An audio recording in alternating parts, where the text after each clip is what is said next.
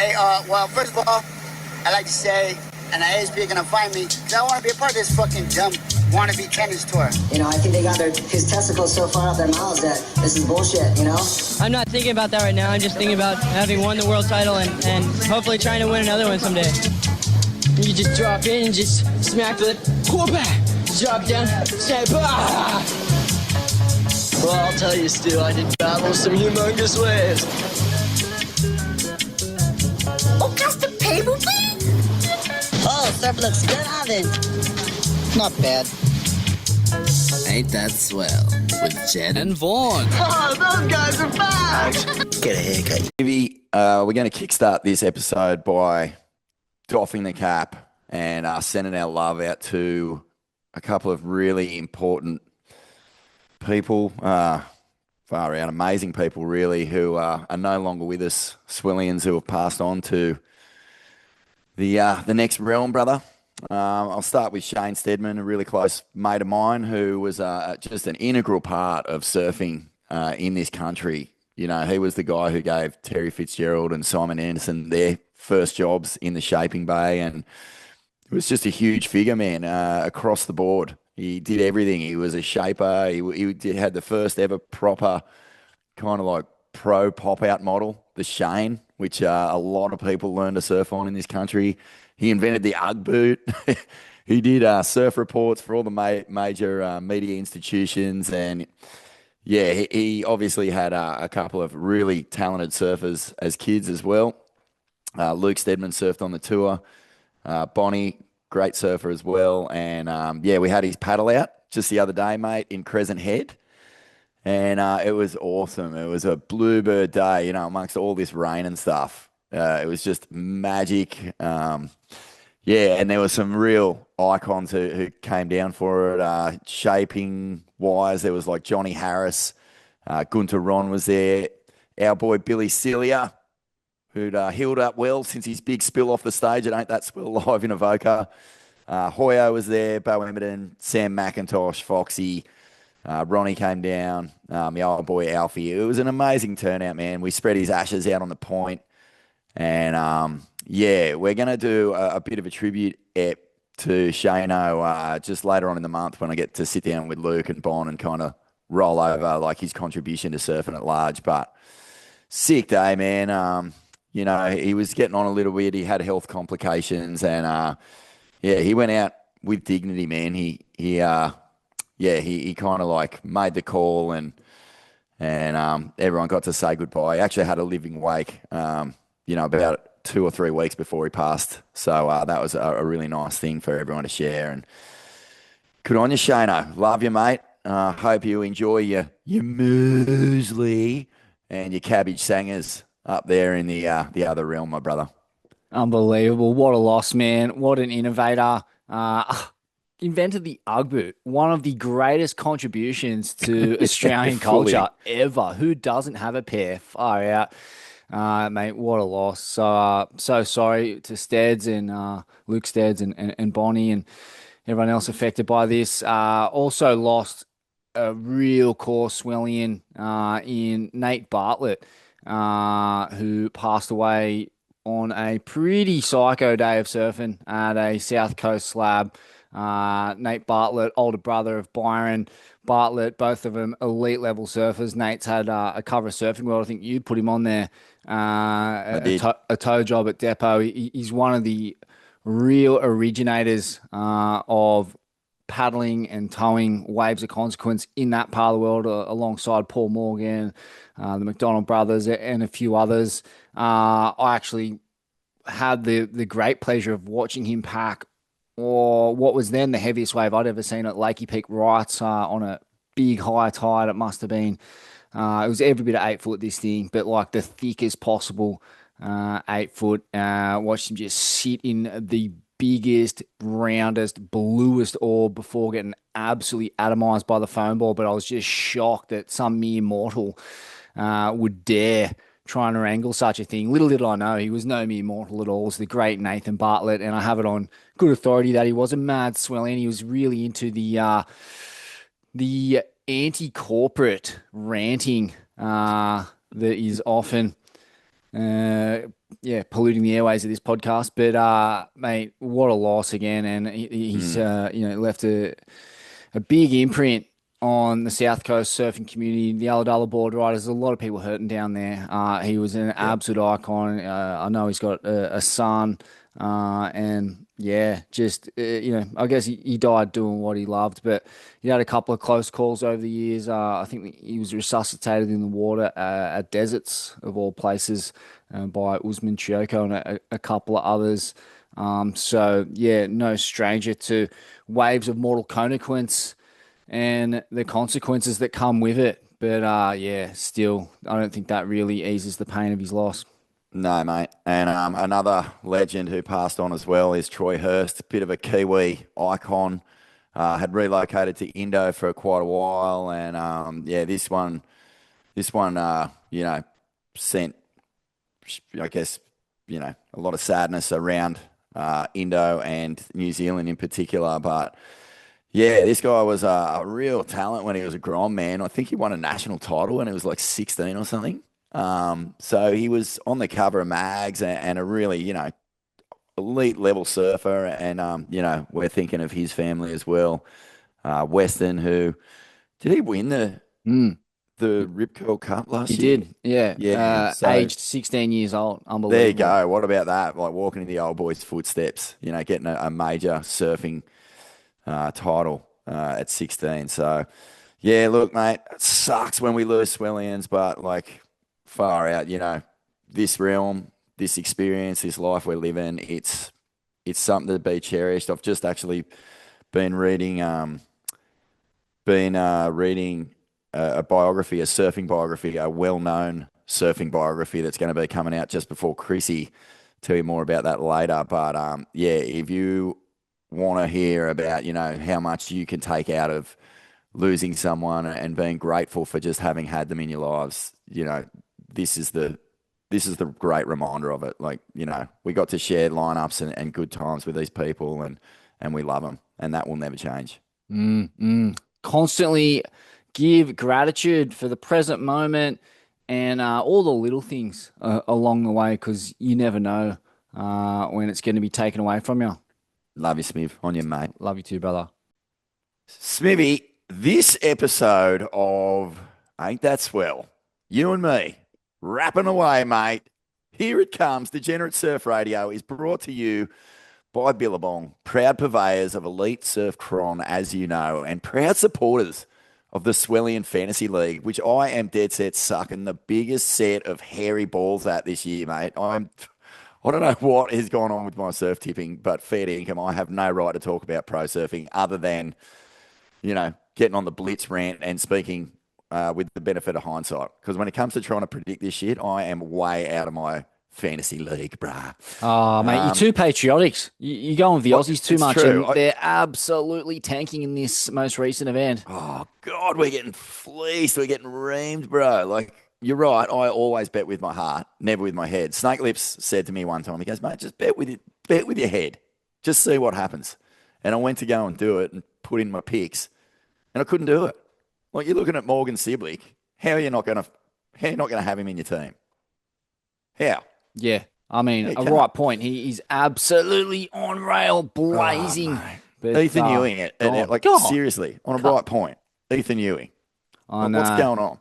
Yeah. Anyway. Yeah, we'll get into that in more detail in the Blitzed episode. Yeah, we will. It's been a full-blown clear out. We just got Callum Robson, last man standing. Come on, son. Oh, Jack Robbo's still in the mix too. Jack Robbo, yeah. And in the women's, it's Molly and Tyler. That's it. Steph, gone. Like, fuck, come on. Anyway, if you are one of these people, Ray Stars, you won our NZ Fantasy. Narrabeen 101. You won Snapper. Jake the Snake won Margies. And Merrick Crass won Bells. Get in touch with us on the DM if you haven't already. Morksy Bra, got your code. It's coming. And join our Swellian League, Smithy. You don't have to win the any season point score. We're giving away these Billabong prizes every single event. So it's not too late.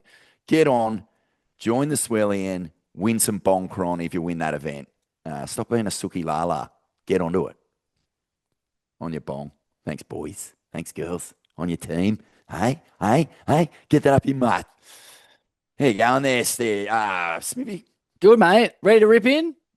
Yeah, let's go. We straight into finger Yeah. butts?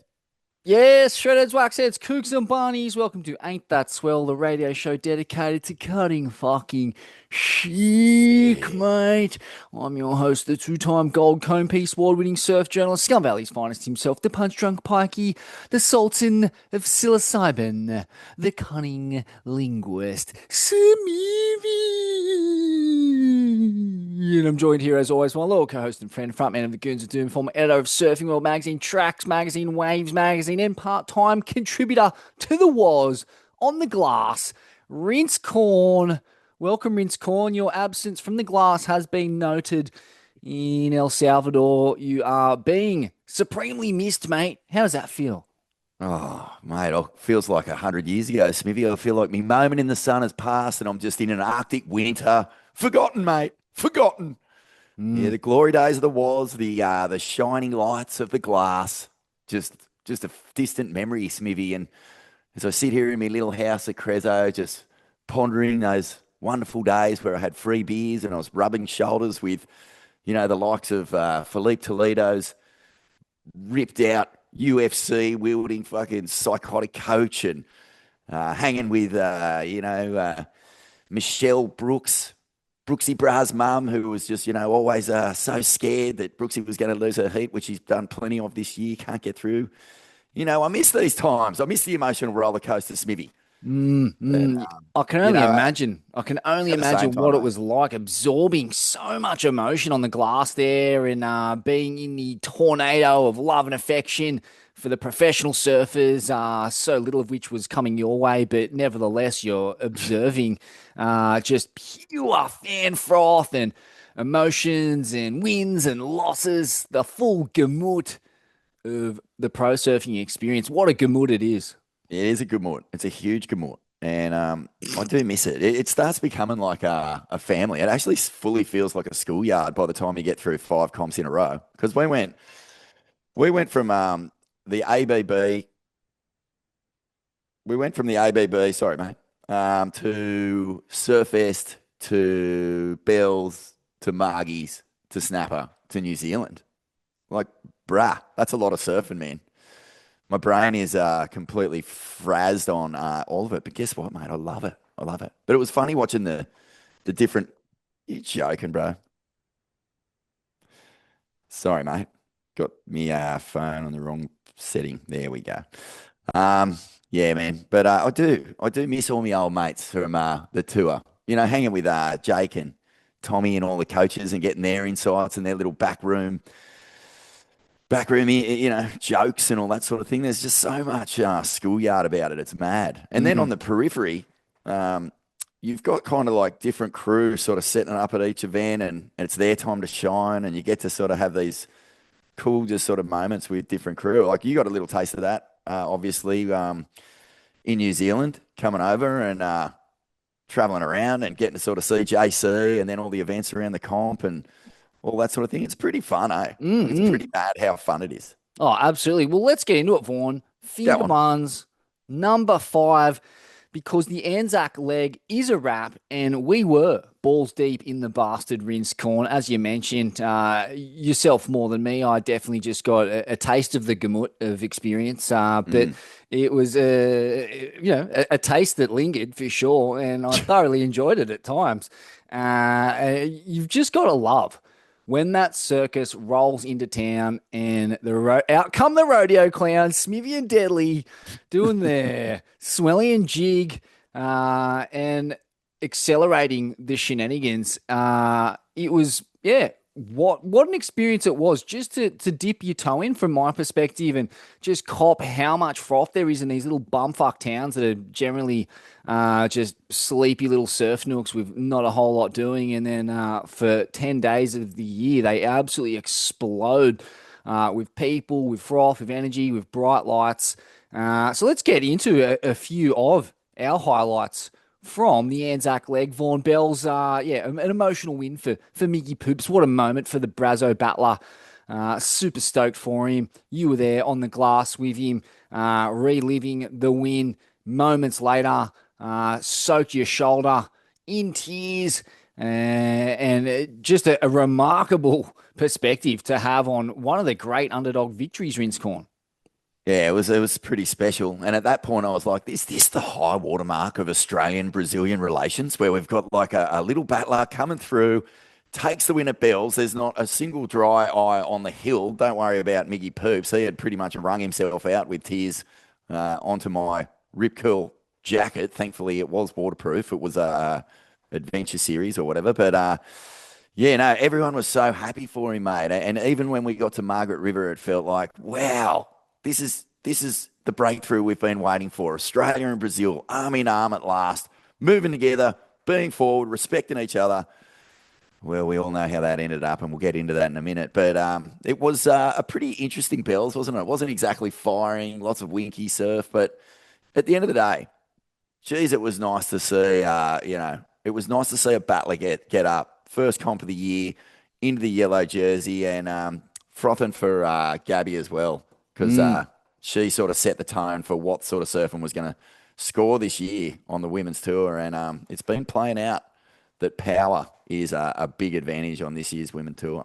Yeah, it was a much needed result for Gabby Bryan in the context of the season. Getting off to a flyer, she needs to rack up as many points and get as far ahead of the pack as she can through the rippable waves on tour, because once it gets to the Pacific theatre of dreams and nightmares and waves of truth and cones of mortal consequence, I don't think she's really got the technical capacity to match it with the world's best on the women's side of the draw. But far out, she's doing plenty of damage in this first stanza. She's absolutely axing them, both competitors and sections. We also saw the return of Gabby Medina, who was straight off the bat in flawless form, looked untouchable until Yago Dora pulled the Indy full rope on the buzzer. One of the craziest turns you've ever seen, to beat Medina and basically set up what we now know as the biggest Brazilian storm onslaught, maybe of their entire tenure. Yeah. 6 out of the top 10 surfers are Brazilian right now, and they're absolutely clubbing it to death. Thoughts on, I guess, the Brazilian storm at this point, Rincecorn? They're just dominating in El Salvador yet again. Oh, they're just flexing deluxe on us, mate. They've got this tour around the scruff of the neck, and they ain't letting it go. It's like if you ever had a cat or a dog or a puppy shit in your house. I don't know if this ever happened at your place, Smithy, but my old man, when we had like little cats and dogs in the house, he'd rub their faces in it and then just chuck them out into the yard. And just like, that's what the Brazilian storm are doing to the rest of us. They're just rubbing our faces in it and just kicking us out of the draw before we even know what's going on. And this is by far the strongest campaign. Like, just it is so unbreakable what they're doing at the moment. Looking at it in a little more detail, it seems to me that Medina has the consistency, Yago has the moments, and then Philippe, when I say Yago has the moments, he's got the world champion moments. Like, when you look back on a year and you go, where was this world title won and lost? Like, show us the highlight reel of the champ. Yago's got those. If you look at his two best rides of this year's tour, they're probably the two best single moves we've seen. And then on the back of that, you've got Italo and Felipe looking really deadly, but just trying to find the consistency, even though they're still top 10. So, man, oh man, I feel like Medina, he's got like the biggest open door right now, Smith, because almost all his competitors are knocked out of this comp. He just needs to find, I think, unless he's just completely and utterly pacing himself into the Pacific leg where he'll just go completely bonkers like we saw him go at Chopes. But he just seems to be in cruise control. And maybe that is part of the plan with Adriano, but just not seeing the big moment like we saw from Philippe on the Goldie, or like we've seen Yago do in New Zealand and Bells. So that was 5 out of the top 10 of Brazilian. Toledo lost early, and he's out now of the top 10. But Semi Pupo seems to have usurped Toledo. His brand of surfing is eerily reminiscent. And Italo Ferreira in this one, surfing with 9 stitches in his knee. Like, the amount of pressure and torque he's putting through that front leg with 9 stitches in it after a mishap with a beginner longboarder in the lead up to the event.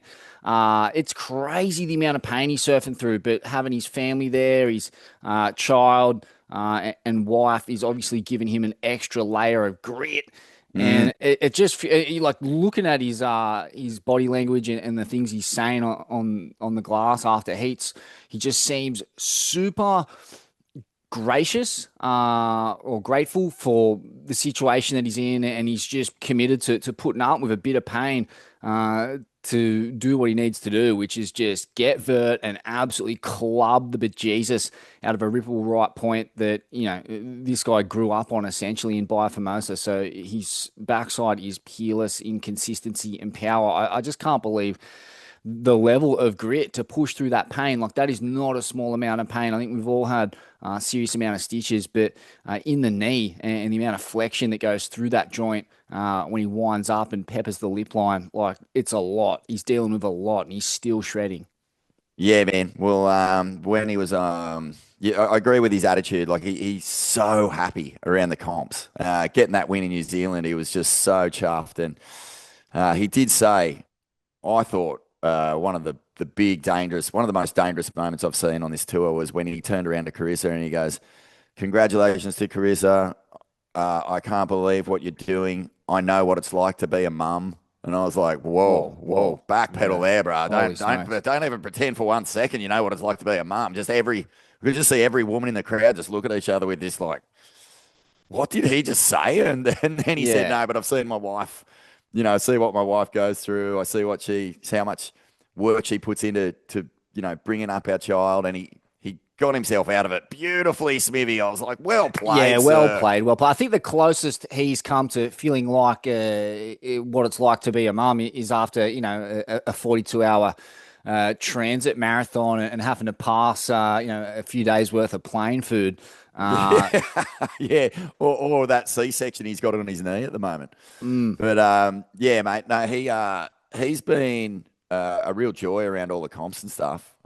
Same with Philippe, dude. They're all just so in their space now. It's like, fuck, it's so weird, man. They're maturing. They're reaching. That's what it is. Peak they're just emotional happy with who maturity. they are, and their surfing says everything you need to know about where they're at. They've got when families. You're that happy and you're that stoked, you surf fucking like Philippe did at Snapper.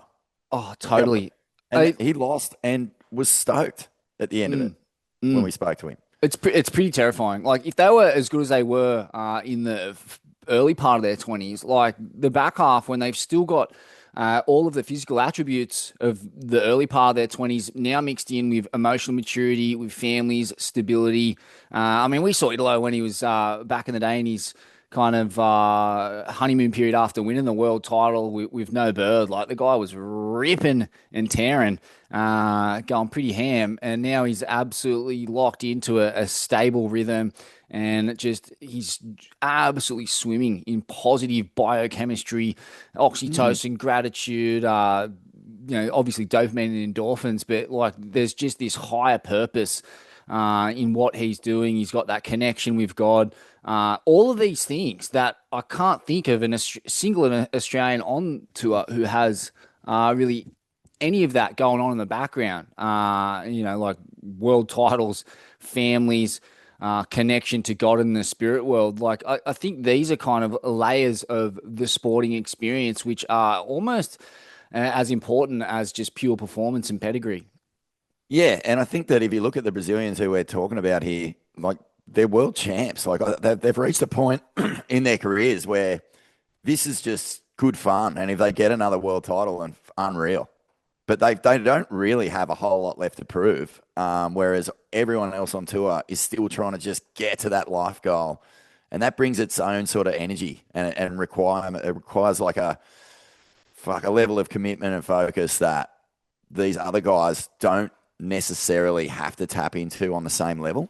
Like, they can find different ways to win. You'll remember when Fanning was in cyborg mode and his goal was to try and find a different way to win a world title where he didn't isolate his mates and his family and he's, you know, and didn't just go into this complete sort of alienating, soul-focused shut-off land. cyborg. That's what they called him because he just you couldn't reach him in those years where he was on a world title tilt. And he did that. And he did that, almost did it twice because he almost did it again, when he lost to Medina and Adriano ended up winning the world title. So it's pretty interesting, man. Like, I feel like the Brazilians just, like you said, they've matured enough to know that they've done it all. And at this point, it's just a bonus and they're doing it for the love of it. And it's just sort of radiating out of them, I reckon. It doesn't mean that they're any less competitive. They'll always be in for the fight, dude. That's 100% who they are. But fuck me, man. It's so scary when you're surfing without stress. Like, how do you beat that when you're a Jack and Ethan? You've got the best. You are in the absolute apex of your surfing life. You've got the runs on the board. You know how to win. You've got every element sitting there ready to go. But the one thing you don't have is just this nonchalance, this fucking cruisy happiness going on. Oh, mate, you could talk about it all day. The mental space that the Brazilian Storm is inhabiting. It's just one that is absolutely emanating confidence, self-belief, love of the moment, love of the present, love of the experience, completely stress-free, as you said. And it's from an Australian point of view, it's fucking so intimidating. It reminds me of Queensland during that 8 straight Origin winning spree they were on. It's just got this inevitability about it right now. And they know it and we know it. The rest of the world knows it. It's just fuck. Ilo Ferreira, number 1 in the world right now, claiming scalps with a busted leg on one leg. It's fucking hell. What the hell's going on out there? Of the Aussies, the only guy who does inhabit a similar mental space, so, he's got the spiritual connection, he's got the young family, is Jack Robbo, who is really, I think, our only realistic world title threat at this point. He's the only guy with serious game in waves of consequence. It's been a super average start of the year, but he's up against his old sparring partner, Gabby Medina, in the next heat in El Salvador. And if he can get a win here, it could kickstart a campaign as we round into his happy place. Ironically, married to a Brazilian, with a Brazilian child. He's been mentored by Brazilians. It's probably no surprise to see that he is inhabiting a space similar to them. He's almost fucking half Brazilian at this point. So, yeah, there's just something in the way they do it that is something that we don't have in Australia nor the rest of the world. And we're all playing catch up, and that distance, they're putting distance between us at the moment. It's Brazil first and daylight second. Yeah, and mate, it's making people eggy. There's no question. It's making surf fans eggy. It's fucking making the competitors a little bit eggy. We've just seen fucking Ethan Huey come out in the Stab in the Dark sort of post-rap podcast with Dane Reynolds and Duma. And he was sort of, they were asking him about what he thought of Italo's win over Morgs in the final in NZ, and he dropped a fucking classic clanger from someone who really puts together perfect surfing. And that was that style of surfing doesn't utilize the full potential of the wave. Ooh, Smithy. Ooh, youchie, bruh. I mean, that is he's not one to flap his gums, Ethan Hewing. We know that. But that's about as hectic a sting as you can get from someone who's that good. So that's Ethan sort of, he's been led into the question. I guess Morgs, you put it to him when you spoke to him about sort of what sort of surfing, and he wasn't necessarily commenting on that final or Italo's performance in it, but he was commenting on the fact that, these aerials, they've got to be fucking on another planet to get the rewards that the judges are giving him, which I do agree with. It should be fucking off the charts. You should be losing a little pebble in your undies if you see an air that scores, I think. You can't just be fucking tail blows and cheese whizzes. But to the point of this convo, both those conversations, Ethan saying that the wave wasn't surfed to full potential, and Morgan saying that airs need to be proper fucking face melters to score, has just been grabbed by the online commentariat and just turned into fucking fuck Brazil, bro. Fuck those motherfuckers, you know. Classic And, race baiting. dude, it's so classy because, mate, I know that like I said, when Miggy won bells, I was going, this is it. We're all best buddies. We're on track. It's one surfing world, all holding hands together, moving forward. This is a brand of Celebrating surfing the Australians battles. can get behind. It's on That's rail, right. it's flowy, it's connected. It makes sense to us. Next Yeah, minute, but then- Italo's cheese whizzing through the air. Oh, it's a disgrace. Where's the respect? It's a disgrace. It is a disgrace. But yeah, like now, mate, I would almost argue that it's never been worse between Australian and Brazilian surf fans. Surf fans, though, I'm not blaming the guys on tour. Honestly, the Brazilians are only looking at Brazilians. Like I think I told you, like in New Zealand, before the Medina Toledo heat, those two were prowling around like a couple of just fucking like apex predators in a cage. You know, like two lions or two tigers just circling. No one else. Like they didn't look at one other competitor with that sort of energy. Not one. So I think that it's a beat up that Australia and Brazil have got this war going on amongst themselves on tour. But definitely in the wider world where everyone's just jumping on a comment board, fuck, dude, it's so potent and fucking vicious at the moment. We'll get to the keyboard warriors later on in the episode. They're due a serve, the fucking peanuts. But I'm interested to know from you, Vaughn, why Italo Surfing's getting the rub this year when a year or two ago you could barely get over a 6 for the same brand of surfing. Suddenly it's back in vogue. What gives? No, I got no idea, man. I don't think. I actually just don't know. Like, I think when you're there in real life, the one thing that you don't pick up on ever on the broadcast is speed and the size of the turns. Like everything kind of just gets shrunk into the however big your TV is, and so you're not, because the camera most of the time is panning with the speed of the surfer. You don't get a sense of it. And Italo, fuck, he surfs fast, man. He's on another planet. Like he goes so fast. And I say that the top 5 Brazilians, when they stand up on a wave, they just look bigger than everyone else. And that's just one thing. It just doesn't translate well on screen. But when you're there, it's pretty massive. But I can't say why. Just out of nowhere, he's able to just sort of manufacture scores and they're getting the rub. Like he went completely out of favour after his world title. It was 3 years there. I don't think he could crack excellent scores unless it was just the full Hail Mary. But do you remember that heat in the COVID year? It was at Newcastle. I think it might have been against Medina in the final, and he did something like 300 airs. He just was going berserk, and he was like doing 2 out the back, pumping his life, ripping his dick off through the fat section and then doing 2 air revs on the shorey. You're just going, this is crazy. Yeah, I don't know. Yeah, look, I think Ethan's criticism of Italo frontside is valid. Like I think Totally. like the down moments, the in betweens, there's way too much pumping and ratcheting and a real lack of one continuous line.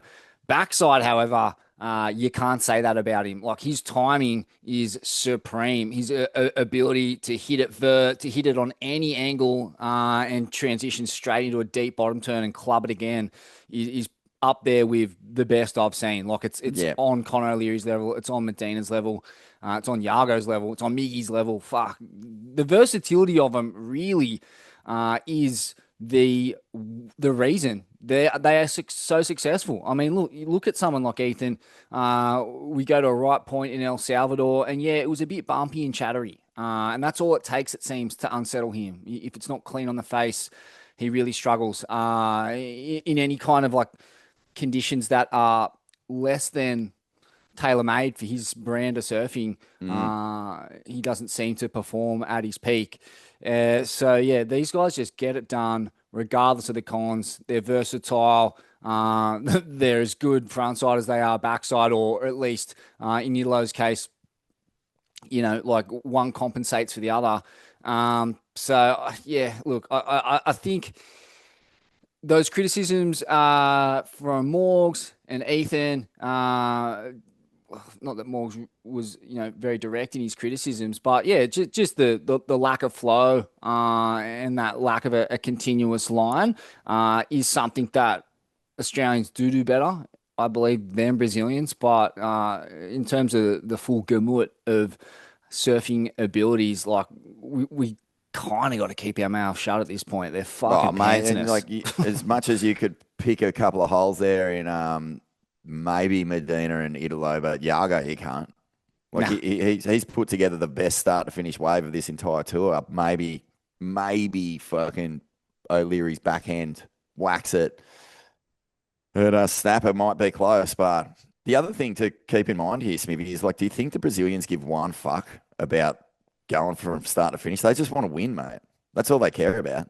They are laughing their fucking heads off They're at just these going, criticisms. you don't like it? Well, guess what, man? Fucking come over, have a look at my trophy cabinet. Fuck, it's good. Yeah, you can come over, have a look at my bank account, have a look at my trophy cabinet, have a look at my friends. Yeah, World Cup's on, mate. World Cup's on. The boys will be fired up to win comps while all their buddies are on there out trying to do it for Brazil. It's a magic era. Fuck, I'm at the point now, just like, look, when Queensland were on their magic run in the Origin, I've never hated any bunch of blokes more than that particular team. But then you look back on it and you're like, mate, just every single person in that team is a full-blown legend, iconic fucking immortal. And that's what we're kind of dealing with. Doesn't mean you have to like it, but that's what we're dealing with. Yeah, it is. This is probably the greatest surfing movement of all time. We're in the midst of. You just got to sit back and enjoy sometimes. And as a pure surfing fan, if you want to see the absolute outer limits of performance and creativity, it's on show for you every event. If you can just take your little fucking cork hat off for a second and just sit back and enjoy the show, it's great. And like, I have that relationship with rugby league on some level where, like, at a certain point, you just got to clap your hands and be like, this is fucking brilliant. Like, this is just too good. And that's where the Brazilians are. There's been a couple little moments. Tuck moments. your balls back into your banana hammock, put your fucking sausage sizzle on fucking hold for a second, pull out the salted meats. It's tasty shit. Get into it. Get involved. Get a burrito full of black beans, douse it in hot sauce, and just deep throat that thing. Oh, yeah. But hey, there's been a couple of little moments for West Oz GP's win and just soaking the broadcast in the most gutterball convict profanity on the stairs. I love it. Well played, Jeeps. Hamad cunt. Flew the flag well. And I tell you, in terms of salvaging some respect, I did have a little idea that came on the back of the Chippo Yago storm in the teacup. That gave the event a nice bit of spice. Just on that, quickly, there was a bit of a revelation in Chippo's YouTube episode, which you can watch, West is the Worst. And go give Chippo's YouTube channel a subscribe. It's sick. He's fucking pretty much one of the greatest West Australian surfers of all time, and he's packing filth slabs and giving us mad insights.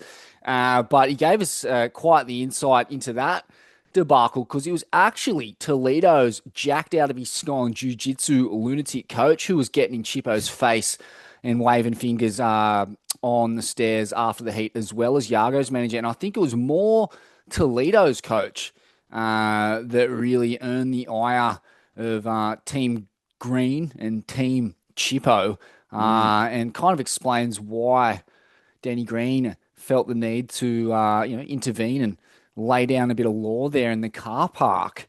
And I just thought, you know what? Let's take this a step further. And, the next time the tour rolls around to Margs, why don't we organise somewhere there in Prevley or Margaret River? We can come up with a ring or an octagon or even just a jiu-jitsu mat, and let Greenie and this jiu-jitsu coach of Toledo's, let him have it in an old-fashioned MMA fight. I know that the Brazilians love telling everyone how good jiu-jitsu is and how tough they are. Well, let's put it to the test. We're all about putting things to the test here at Ain't That Swell, Vaughn. I thought, we'll see if old mate can get his hands on Greenie without Greenie landing a shot on him. put the jiu-jitsu versus the old school Australian pugilism to the test in the Swellians' first ever fight promotion. Vaughan and Smithy to commentate. We'll take a clip of the tickets. And I think we just have to basically get just our people got to talk to their people, which by our people, I mean you have to talk to, Toledo or Chippo. We can get a few undercards going, maybe a Jesse Mendez and Mikey Wright, maybe even Yago and Chippo if they're feeling it. But, it's really what it's all about in this country, isn't it? Put up or shut up. Don't go waving your fingers in the face of competitors when you're not a part of it. And it's so weird. Why would Toledo's coach even get involved? What's he got to do with it? Stay out of it. Geez, you'd love to see it though, wouldn't you? Just an old school classic one-on-one square go with a jiu-jitsu, high level practitioner up against Denny Green, who, famously knocked out pound for pound the greatest fighter of all time, Roy Jones Jr. in the first round. You know that if Greeny lands one on you, he's landing another, and once you're dazed, you're fucked.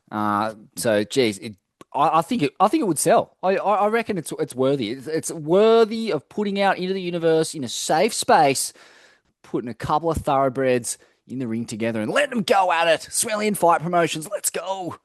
I just can't believe we haven't tapped into this sooner, Smithy. This is a common occurrence in rugby league. You sort of wind up your career by picking a few people who you hated on the other side of the field and just setting up a fight night and punching on.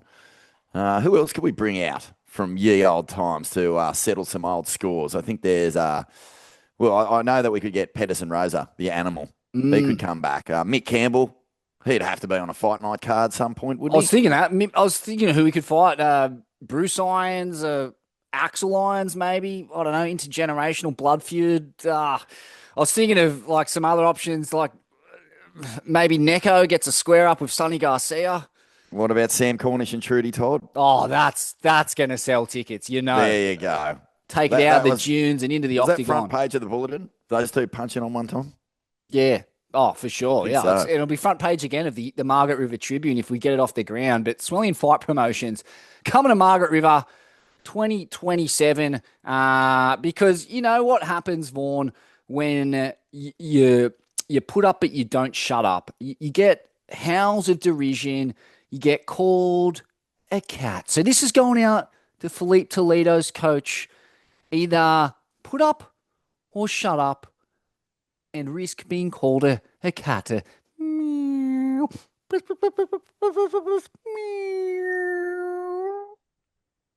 Moving on to some other highlights from this tour, Smithy. We've got to give the big man, Connor O'Leary, the nuclear peach, his performance on the Goldie. I think we will hang our hats on that forever and ever, as well as Ethan getting it done at home in front of the home crowd. Queenslander. Yeah. Unbelievable.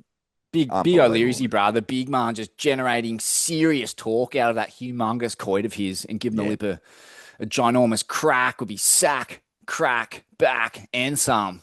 Wow. But it was really all about Steph's swan song, wasn't it? On the Gold Coast and the legions of disciples that came to pay their respect. What an event that was. Probably the high watermark of professional surfing, I'm calling it, is every bit as iconic as the 77 Stubbies Pro, in my opinion. Although agreed. And man, what validation for her to come back, it was looking pretty dire there. And, the whole rest of the tour has looked pretty dodge for Steph, our Steph. But to get that win, it's just like, when she's on, she is still the best surfer in the world, frontside. Like, who's better than her? Who surfs better than that? I mean, yes, maybe the home break is just the canvas she needs to do her best surfing these days, but it's undeniable, mate. She's got better and better and better, and by the time she surfed that final, no one was catching her.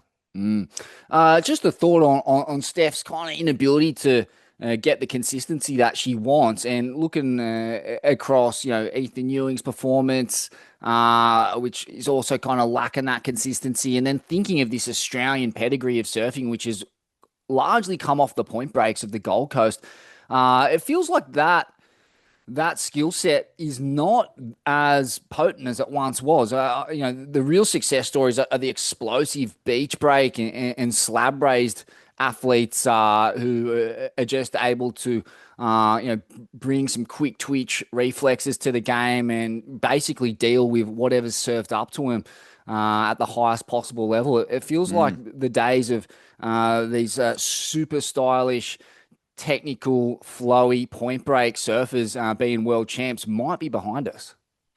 Yeah, I think I'm just trying to think. Our best hope for a world title, as you say, is probably Jack Robbo. And he has a little bit of everything going on there. You know what I mean? Like he loves the slabs, grew up on them, has the air game, loves a battle. That sort of smooth down the line point surfing that we do see from your Ethans and your Lobbies. It doesn't quite have the X factor that the other guys have. According to the fast. judges. Well, yeah, exactly. I mean, I'm definitely not having a crack at point surfing. I could watch it all day long, Smithy. Put me in front of the TV. I'll just watch Ethan Hewing go about his work. And the pickle on the women's side of the draw as well. It's not landing. It's not landing, bro. You're dead right. It's not landing. Yeah, and the pickle comes out of that same kind of slab-rich, beach break, centric zone there on the Central Coast, and reigning women's world champ. Need I say more? New Zealand Vaughan, mate. Again, just a great celebration of exotic surf culture, which we haven't really seen. I was fortunate enough to share a seat with Nads Estraba on the way over too. She actually helped me stow my bags in the overhead, which was very helpful because it was awkward. When you get on the flight late and everyone's already seated, and I had the window seat, it caused the full scene. Thanks to Nads, she helped me out. No small part. And as I left the flight, we had a little bit of a chat. And as I left, I bumped fists with her and I looked into her eyes and I said with utmost sincerity, "Go Nads. Go Nads." Yeah. And she was feeling it, I could tell you. Yeah. So that was amazing. Good to share a moment with Nads. Go Nads. Go on. Get up it. Go Nads. Get up it. Go Nads. To offer the cap to the late, great Terry Hill, Blues enforcer, Manly great. He was the man who brought Gonads to the fore. Medina's faceplant as well, trying to walk how good off. Was that? I thought that was a worthy mention. And also just the way he lands, like fully spread-eagled on the rocks, those Brazilian glutes, silhouetted in supreme definition by the tightest of neoprene. And I can confirm from my Wazzle Insiders, Wainsy and the like, that clip went absolutely viral in Rio and Oxford Street, Sydney. Yeah. And sexy Flanders butt, mate. Mate. He's taken the title straight off fucking glutes. Hewing. And, you could crack an egg on that ass, man. Oh, mate, and you could hit a 4-iron straight up the crack too. It was spread wide on that rock. And running a Fens gear as well. Can you believe it? Revere gear, a Fens gear. How long until he swapped the thruster for LSD and he's riding fixed gear bikes around inner city Melbourne? It's a disgrace. Who is this mincer? No, it's not really though. He's respecting underground Australian surf culture. The Fens lads been chatting to them. They're losing their fucking minds. It's the best free campaign of all time. Dude. Has translated to about 4 extra sales is the data, but still pretty amazing. Mate, I mean, is this his new deal? He just walks past surf companies with a wheelbarrow playing green sleeves like the ice cream truck, and fucking all the crew just run out and toss all their fucking gear into it, hoping that he'll whack it on. I like the light sound of that. What about fucking getting in behind a bit of Ain't That Swell merch, Gabby, eh? Yeah. How good would he look in an Eat, Pray, Cone shirt or maybe an ATS fucking Terry Toweling bucket hat? Come on, Maggini. Throw us a bone, you can't. You can imagine him rocking up at Neymar's mansion party doing his best Smithy impression. Oh, yeah, his buckety and Eat, Pray, Cone shirt. Well, that's a wrap for the Anzac leg. Moving on to What's the deal? What's the deal with this oligarchies and this, corporate takeover? What's the deal? Gotta keep it cool. Keep it cool, man. Hey, I reckon he'd look real good in one of our silver suits, just quietly. Oh, yeah. Let's get him in one of those bad Got ones. it. Number 4. Hipster on hipster violence at the pass, Vaughn. Have you seen this? always. Hipster on hipster violence, or is it? It's a good friend of the program. Nick Colby has gone viral for a flying squirrel attack on a single fin riding hipster who is a notorious fade merchant by all reports. The clip was captured and it went viral twice over. And then Sterling Spencer got a hold of it and made it go semi-viral again. And I was just absolutely rattled to see the call lords piling on to the great Nick Colby. Where's the respect for one of the North Coast's underground? Wait, who was piling on? Was it the man bun set who were cooking their little marinated tofu patties out the back of their vegetable oil converted camper vans? Is that who was piling on, or was it fucking actual call lords, Swellian brethren and sisters? Were they on the pile program? Mate, it was who's responsible for this fucking teardown of man bun culture? It's the biggest surfers in the world. Nathan Florence, hipsters getting fussy, trying so hard to look like they don't try. That's what he said. We've got Ken Skindog Collins, Santa Cruz, Big Wave, Psycho, and Aerial Maniac. Alpha hipsters, single fin dudes are supposed to be very chill. The less fins, the less aggro. 12 likes on that one. Taylor Knox, this aggression will not stand, man. Lebowski voice. It just keeps on going. And the cruel irony of this, and I've got to go into bat for Colby. He's an old school Byron battler. Absolutely rips, was sponsored by Globe, is an out-and-out tube fiend and insanely talented in the juice, has mad respect from all the underground callers. I've done a bunch of trips with him and watched him pack psycho slabs all over the world, South Oz, South Coast, Hawaii. He's paddled like 20-foot pitch Chalemu, super undergun, like he's a full madman.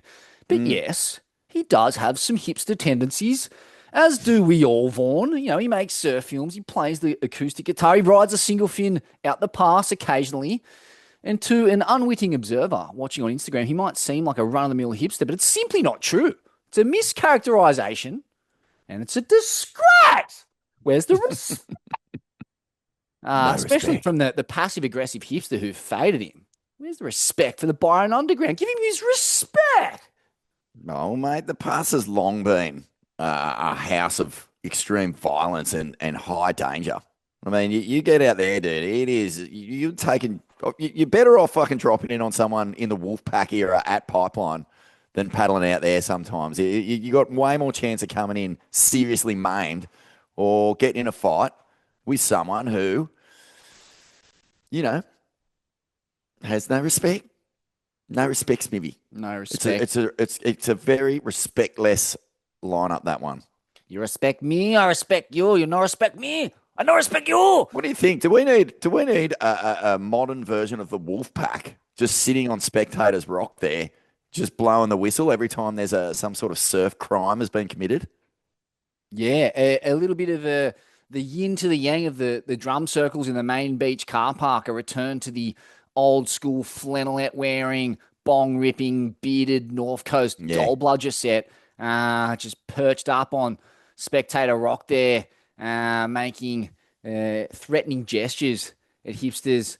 What if we just get a guy with a jumbe up there, and as soon as there's an indiscretion in the lineup, he starts fucking beating the drums, oh war, and you just start seeing all these fucking crew just come out of the bushes, and they just get you. They're holding bush turkeys, and they just flail you to death with bush turkeys until you fucking learn your lesson. Yeah, or at least flail the bush turkeys to death, which wouldn't take much. The fucking weak little pudgy cunts that they are. But look, Nick Colby's a former guest on this program, Rinscon. He is, and I just won't have it. I won't have a former guest, an underground tube pig hellman degenerate, being pilloried online by people who don't know the man. Give him his respect. I've had a gutful. It's a disgrace. I won't have it either. Mate, they've been having a tough time of it, Byron. Geez, I tell you, some of the stuff coming out about some of the adjacent actors in the Parkway Drive scene, not too good either. Byron, if you call it, jeez, God, they're also former guests on the program. But mate, it's no respect. And look, it's just a lesson for go easy online, keyboard warriors. You don't know the full story. Just keep those fingers in your pockets or on your cock when you're sitting at your computer. Agreed. Just don't be too quick to act and start spraying. Number 3. Intercontinental cones of mortal conequence galore since we last took to the airways, Rinse Corn. Plenty of rompers throating through the planets, many Deep channels and trenches. Huge swell in Porto Escondido the other day. I'm sure you got to look at Greg Long's first wave out there. This in 2 years, this thing. This is what he had to say about it. First session and first wave back at Zicatella in almost 2 seasons.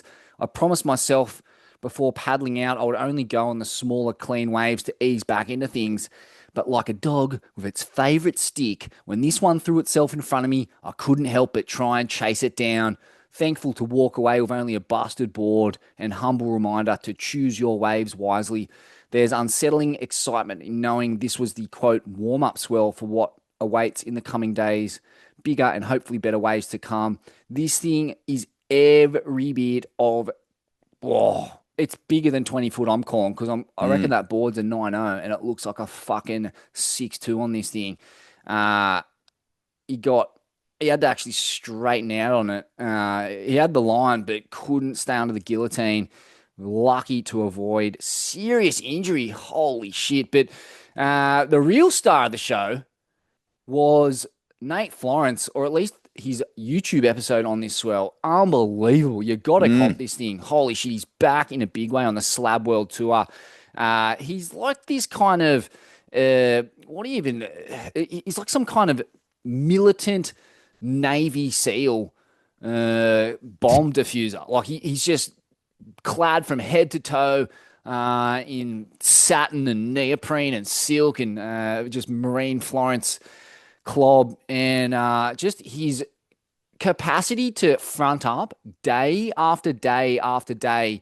3-day swell benders where it's 15 to 20 foot, and he's getting flexed in this clip. Like he gets so worked. He's copping proper 15-foot top to bottom cones on the dome. He's getting blown off by the most psychotic backdrafting, double spitting dragon breathers. And he's just relentless. The guy just refuses to listen to his body and have a rest day. He's just straight back out there at dawn the next day with his brother Ivan, who actually was probably the star of the show. He was doing it like Jerry Lopez out there, making it look like a fucking cakewalk. But what a duo they are, the Florence brothers. You got to love it. It is the ultimate insight into what it takes to surf waves of this conequence at the level that they do. I loved it. Yeah, that's unbelievable. Where have they been? Kind of feels like they went a little bit AWOL for just a hot second there, and then all of a sudden, bang, here they are back, just fucking packing to Lux, packing like a year 10 post school bus bong hit. Fucking stompers, rompers, you name it. It is getting packed to Lux, Smithy. Yeah, they're the men. I'll tell you what. It's insane. Like, do these guys get? I'd love to know, like, what sort of, just how shaken they get by relentless floggings of that much ocean juice. Like, is their brains getting rattled around? Are they getting the shaking baby syndrome or any of that CTE from it? Because, like, I don't know about you, man, but I haven't surfed in serious waves for a while. Like, when we went to New Zealand, like, surf was cooking back home. I didn't get a sniff of that. And, but when I'm, like, duck diving a pretty heavy, like, little beachy or something, it'll still shake me around. Yeah, well, it just goes to show how comfortable they are in these kinds of conditions. Like, they're able to just time everything to perfection where they never get fucking hurt. When was the last time Nate Florence or Ivan was seriously hurt? Look at the wipeouts the guys had in the last 2 years. Like, psychotic shit. Pin dropping, back slant, like every kind of fucked up wave on earth. He's had some kind of cartwheeling demolition, including at this wave. Fuck, he gets lit up on a couple. But they're just so skilled, and I think they understand the risks and how to avoid them better than anyone, just from reps in the juice, reps at pipe. There's nowhere heavier than pipe, and these guys have surfed it on every conceivable condition. And then you go over to places like Porto, and it's on sand. It's kind of mellow, I guess, even though it's fucking twice the size of pipe. So yeah, I don't know to answer your question, but what blows me out? Mellow, but you got to do so much more paddling and getting through all that turbulence. Totally. Pop's just spitting you out into clear water half the time. Yeah, like the paddle out is psycho, and that's one of the real features of this episode is him running the gauntlet and trying to it is comparable to the paddle out at Backdoor, which he's a master of, but there is no easy way out at Porto when it's that big. It's like just pure seamanship and just understanding the rhythm of the ocean and paying attention and just having that elite waterman mindset. What also trips me out is the fact that they can back up when their bodies are so inflamed and torched. And you can see the moods starting to kind of taper off in this episode. They get progressively more crabby and irritable and tired because, that's just what happens when you get these giant adrenaline and cortisol dumps. And yet they never get injured. When mere mortals like us are entering day 2 and 3 of a swell bender and we're absolutely cooked, that's when all the injuries seem to happen. You don't really want to be out there. You're kind of starting to do it for the wrong reasons. Your decision-making process is under fatigue and you start just doing kind of dumb shit. Well, even like slower. Just doesn't happen to them. Things like a bad board rash from the day before makes me go boosh, boosh, boosh, boosh, boosh, boosh, boosh, boosh. I'm like, my belly hurts. I don't know if I want to surf today. But fucking hell, mate, I've just turned into the biggest pea heart compared to these guys. I just don't know how they do it. It's so impressive. I'm a once a year big swell guy these days. And that's something I'll hang my hat on for 12 months before I get the urge to paddle out and test myself again. Day after day after day, mate. Fuck, that takes a lot of energy. Doesn't it? And got a shout out to I love the production of his clips because he shines a light on just the best waves surfed on that day, as long as it's not treading on any toes in feature films. But geez, the Mexicans are amazing out there. Holy shit. There's a right that this guy someone gets. I don't know if it's a Mexican or it's Billy Kemper. It's kind of hard to tell, but it's a guy in wetty shorts. But he's the thickest possible 8-foot beach break barrel, and he's so deep in this thing, spits twice before he comes out of it. Tom Lowe gets a couple of crazy ones. There's a Mexican guy gets a crazy pipeline left. It's just the ultimate rendition of a 3-day swell bender in the most catastrophic code red of paddleable cones, the purest version of surfing. It's so sick. How good, man. How good. Yeah, and the swell just kept on coming, mate. But fucking hell, there's been so many waves around. The chope stuff. Oh, how about is some of the... It's amazing that you can just keep watching that joint and just going, how? How does it get more just torch than what we've already seen? The freaking Matahi wave, Matahi Drolet, where he surfs into a boat, is psycho. Just honestly one of the worst nightmares you've ever seen. It's like running into a dead straight, first hit up off the fucking kickoff origin coat hanger. Just a complete takedown. Terrifying, man. One of the wildest things you've ever seen. And he actually had the wits to, as he was getting blown out, just jam his inside rail and cut back into the foam ball and spit because he had an inkling that boat was still going to be in his line. And the full story is that the boat was actually kind of trapped there. It couldn't get wide because there was a boat blocking it in, but it's just a full clusterfuck in that channel at times. And you just, we've almost seen Raymana lose his head from a jet ski when Reef McIntosh bailed it. Pete Frieden had to abandon ship, left his wife in the boat as he leapt for safety. It just feels like a matter of time before something really, really bad happens. Yeah, I don't know. I mean, I remember being out there on the back of a ski with Poto once, years and years and years ago. I've told you this story before, but he would police it. He'd be going, move your boat, get this out of the way. But I guess everyone's paying good money to a local driver to get them in the spot for the shot. And so I just don't know who's kind of got the sway to say you're in the like. What happened there? What was the comeuppance of, Well, exactly. of flying out of a tube and fucking almost losing? I mean, that could have ended in any sort of number of horrendous ways, dude. That's got like broken back and serious head wound and major carnage written all over it. It's one of the luckiest get out of jail free cards I've ever seen. Who was the guy who got sucked through a boat and spat out the other side and like hit their head on the prop and shit? I think it was like a catamaran style boat. Fuck, it might have been a photographer. But yeah, like you said, Vaughn, it's pretty much all local guys driving the boats, getting their little earn off all of this. So it's pretty hard to pull rank on them. I guess that's why it's been left to proliferate in such dangerous ways. I don't think there was any comeuppance. There was also a guy nearly decapitated by a botched duck dive. I don't know if you saw this one, but local natural footer gets a crazy cone and someone just blows the duck dive, the board ricochets back through the pit and fucking scones the cunt, but like doesn't fully take his head off. Tash Burrow's in there in the comment threads chipping in. Doesn't look like he avoided it to me. Someone needs to learn to duck dive. Fucking oath. Although, oh God, I'm just watching it now. It's an awful clip. It is millimeters away from absolute disaster. A Tamayo Perry, rest in peace, take 2. Remember when he got scalped in a pipeline in identical circumstances to this? But fuck, man, it's easy to happen. Like, fuck, it's happened to me at Pipe. Holy shit. Thought I did the same thing to Cole Rothman once. Fuck, I was scared. Pretty much the same thing when it gets really hollow and all of a sudden you kind of back half of the board's just airborne and you're pressing on the thing with your ankle, and it's just a weird place to end up in when you're like properly in a square pit trying to duck dive.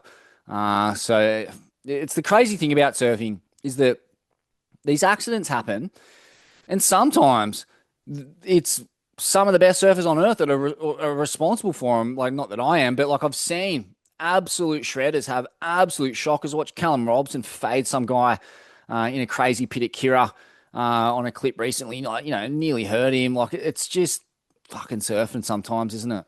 Yeah, it is, mate. It is. It's like one of the baffling things is just how even great surfers can still be in the worst position.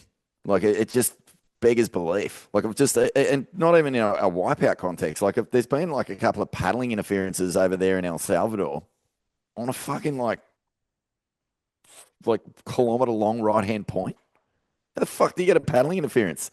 So trippy to me. I'm like, man. Yeah, I don't know. I don't know how you stuff it up, but you do. Find myself in those situations all the time, mate. I'll tell you one thing, though. With TB, I mean, it'd be bad enough if he was calling out your surfing, but calling out your duck diving, are you hanging up the boots after that? Oh bro, you got to learn to duck dive, mate. It's the ultimate kick in the nuts. Totally.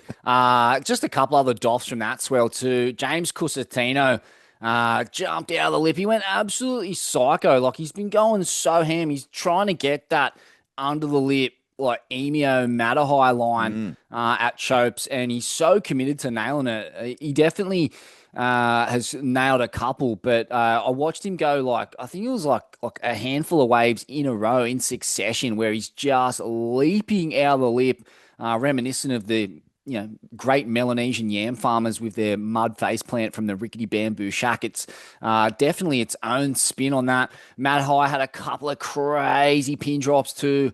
And local natural footer got one of the best backside waves ever ridden. Like, it's right up there with Nate Florence's early days fucking glitch cone. Who else had a crazy, like Ballamam's had that psycho air drop, but who was the other crazy backside effort? I mean, Slater had that highline. It's like the thickest possible, perfectly angled southwest chope slab. Like, it's pretty much a tow wave, but the way it hits the reef and his positioning super deep gets him an entry. And he does the no hands pump thing, and it just is so square and he's so deep and gets the make. It's just crazy that there's underground guys you've never heard of getting basically the best wave ever surfed there. And the guy just goes back to fucking catching giant trevally and selling coconuts or whatever he's doing. But like, mate, it blows my mind the level of surfing at that wave, and also the lack of social security, health, like all that shit that matters. That matters. Like having money behind your health insurance, all that crap, which generally people in these third world or second world countries don't have. They're fucking sending it. No sponsors. No real reason to be risking it for the biscuit other than pure want for the vig. So mad respect to the Chopes Underground. Mad doff to the Chopes Underground, mate. Still on this kind of a global Conepocalypse fawn. Indo fired up earlier in the week. Tosh Tudor is back and making it look so buttery in South Sumatra at that pipeline-esque, Chopes-esque left slab. He's just on those boards with that extra bit of volume. We've talked about it at length. I just can't believe how easy he's making it look at a wave that is backless and it's all under the lip, hell for leather, get the knife in and get the make. And he's just doing it effortlessly. He's got to be the most casual surfer in waves of mortal consequence that I can think of. I can't think of a more stylish approach. He's not really doing it in that kind of Matterhigh Drolle spec style of wave, although he has done it to a lesser degree at Chopes, but just the consistency and the style and the lack of injuries and lack of wipeouts, he just always seems to be in the slot. Sierra Curvehorn going ham-bone in the men's. Did you catch some of these scary, huge pits and huge wipeouts? But getting right to the end of psycho ones at HTs and no can do his waves, I would not want a fucking bar of. She's wrangling like a psycho and getting just shot out of a cannon. And just face first.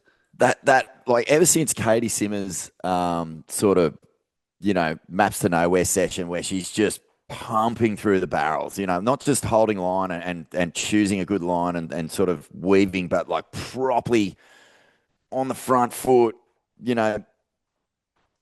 forcing her way through tubes. It's amazing how quickly that like tube riding has evolved in this next generation of women. Like there's waves of Sierra in this session where she is fully gunning it, dude. Like sort of picking moments. It reminds me of Bruce Irons, actually, back in the day when he used to surf big HTs and he could sort of just sit and just go slow, and then the second he wanted to drop the clutch and just fang out of these tubes, he could.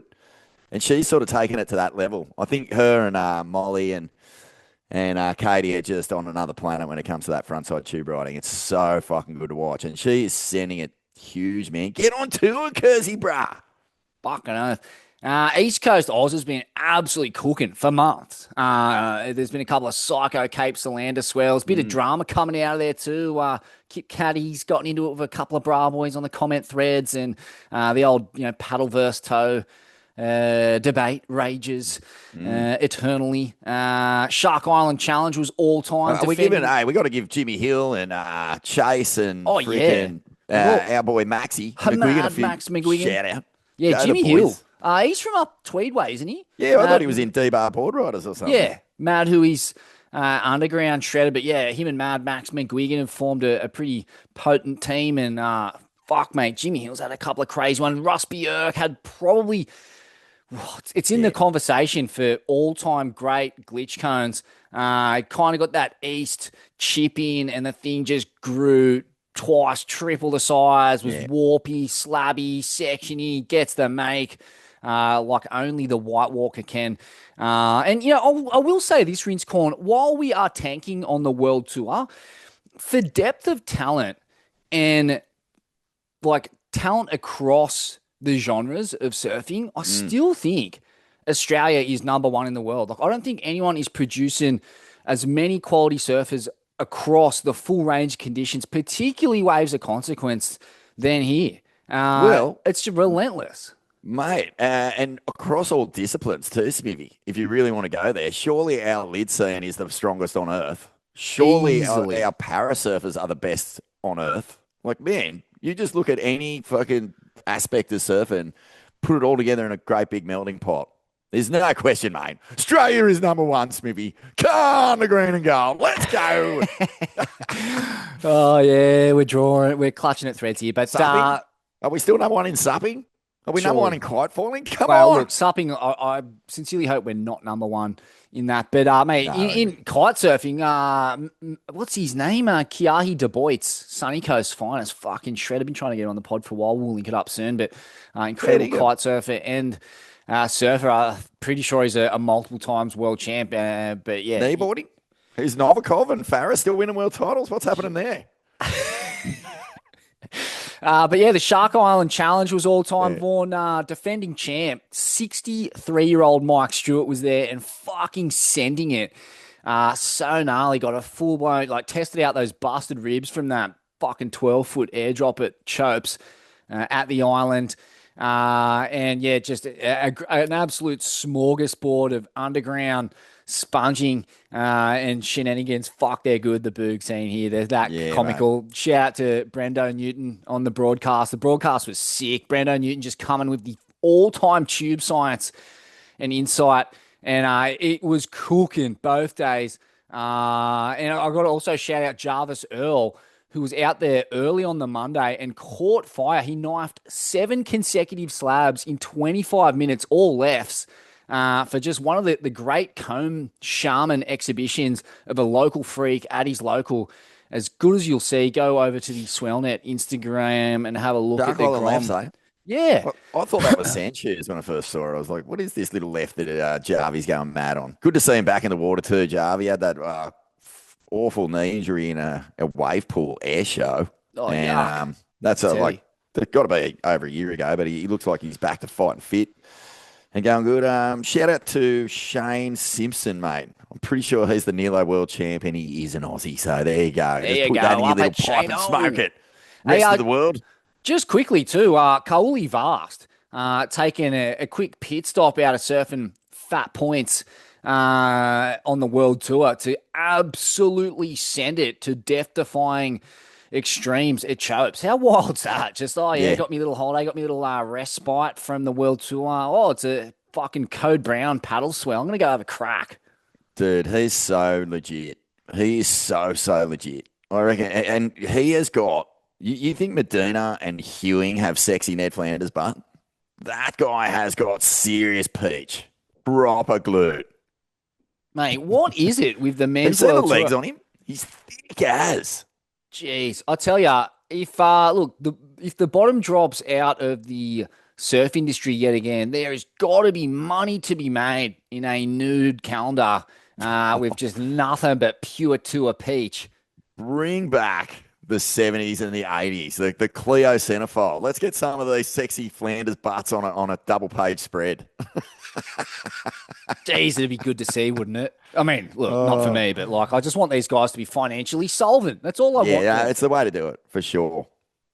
Shout out to Morgs for getting his peach out in the latest Rip Curl film too. I don't know if you cop that again.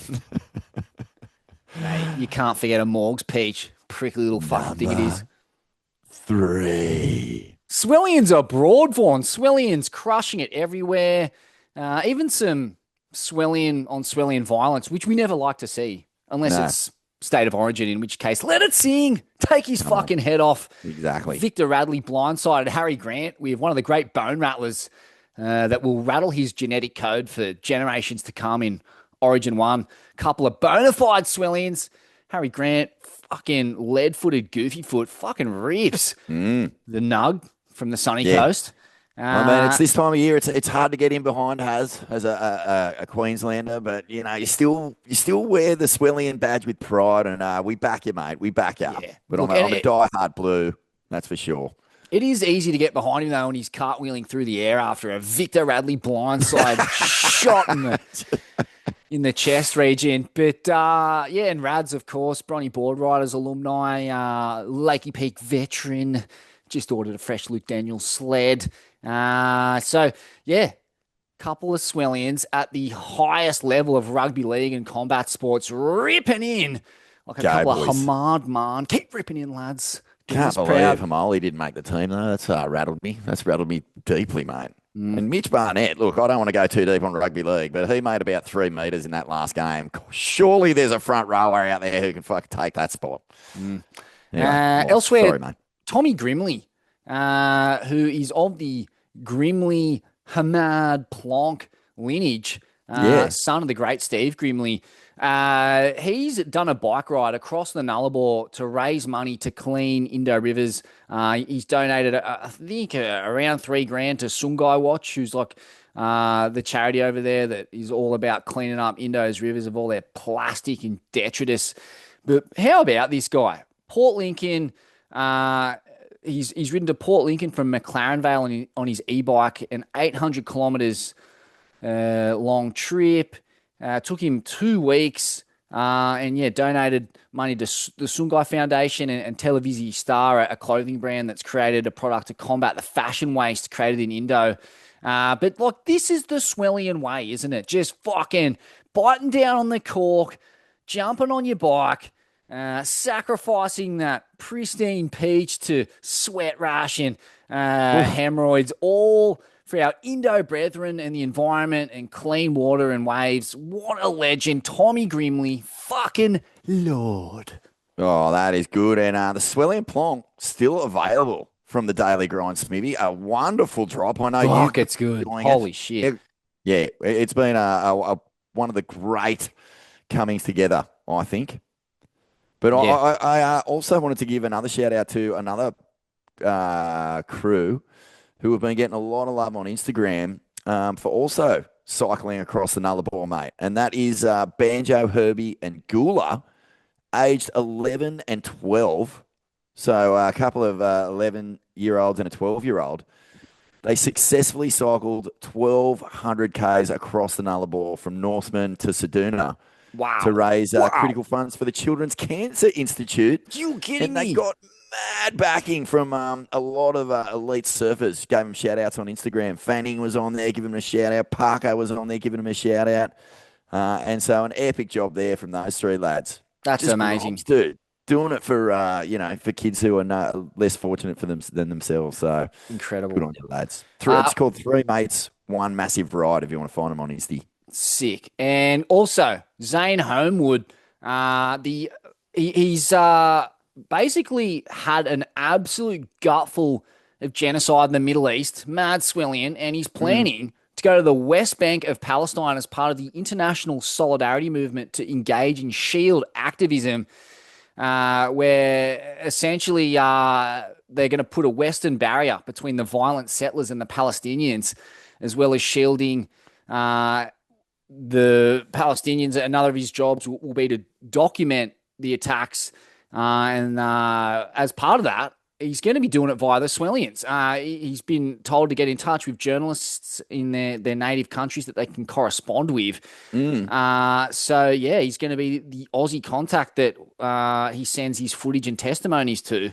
Unbelievable. Just the level of, what's the word I'm looking for? Just the values of this country. And just the fucking get up and go, the DIY, the grassroots kind of ethos of when the corporate cunts keep on rinsing us. You can guarantee there'll be some strains who go, nah, fuck this. I've had a fucking gut full. I'm getting on my e-bike. I'm getting on my flotilla. I'm going straight to Palestine. I'm going straight to Indo, and I'm putting my hazmat suit on. I'm just going to rip plastic out of the fucking riverways. I'm going to fucking put on me Menzies era Albion headgear and mouth guard, and I'm going to fucking stand in the way of these putrid land thieves and protect some needy Palestinians and take a couple of shots. Let's hope not fatal ones. Let's just hope they're, a couple of gut blows. But look, it's amazing. So full credit to the Swellians abroad, whether they be taking each other's heads off in the Origin, Cauldron, raising money for clean oceans in Indonesia, or standing up for the Palestinians.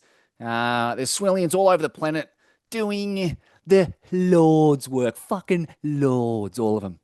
Love that, mate. Absolutely love it. And are you going to be a Swellian abroad soon? Yeah, soon I'll be heading over to the archipelago, bro. And I've got to shout out Tommy Grimley, actually, for overseeing the electricity implementation at my little crib over there. Well done, Tommy G. Thanks, mate. He's a Sparky by trade. And if there's one thing you can't trust in Indo, it's electricians. So, well played.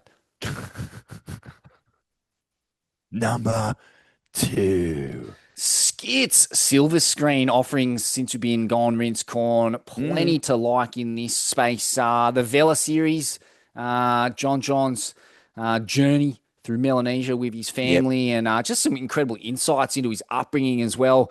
Mama John throwing their toys on the roof and forcing them to play with sticks and rocks.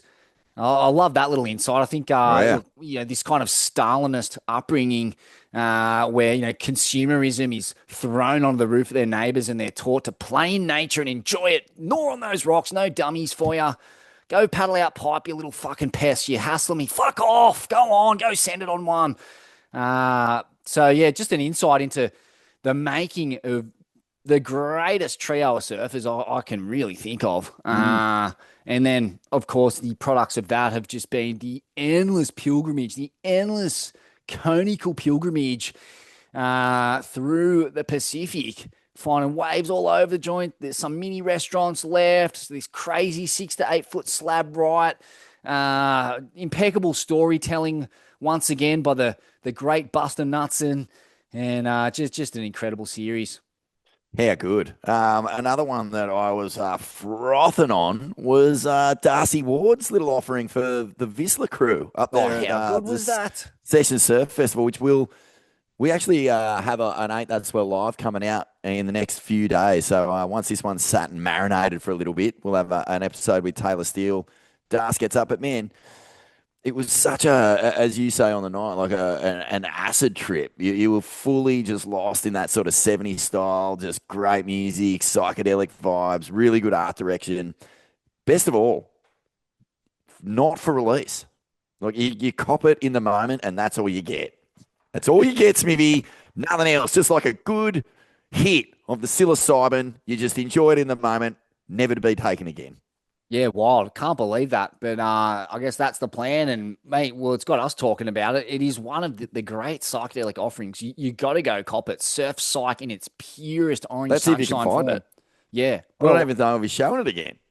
That's outrageous. But, yeah, well played. But it was a cool. Do you remember what it was called? It was called Blue Sunshine, I think. Blue Sunshine, that's right. Yeah. In honor of Orange Sunshine, the compound that your father did serious hard time for.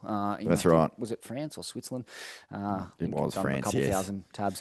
Anyway, moving on, Vaughan. Nowadays, a incredible compilation of young female surfers on the come up. What did you make of this thing? Oh, it's just world class, and I just thought every detail of it was just so well done. Like everything the surfing's one thing, right? That's a generational needle mover. Like that's going to have an effect and an influence on the next generation of female athletes who are sort of in that pure froth surf zone. You know what?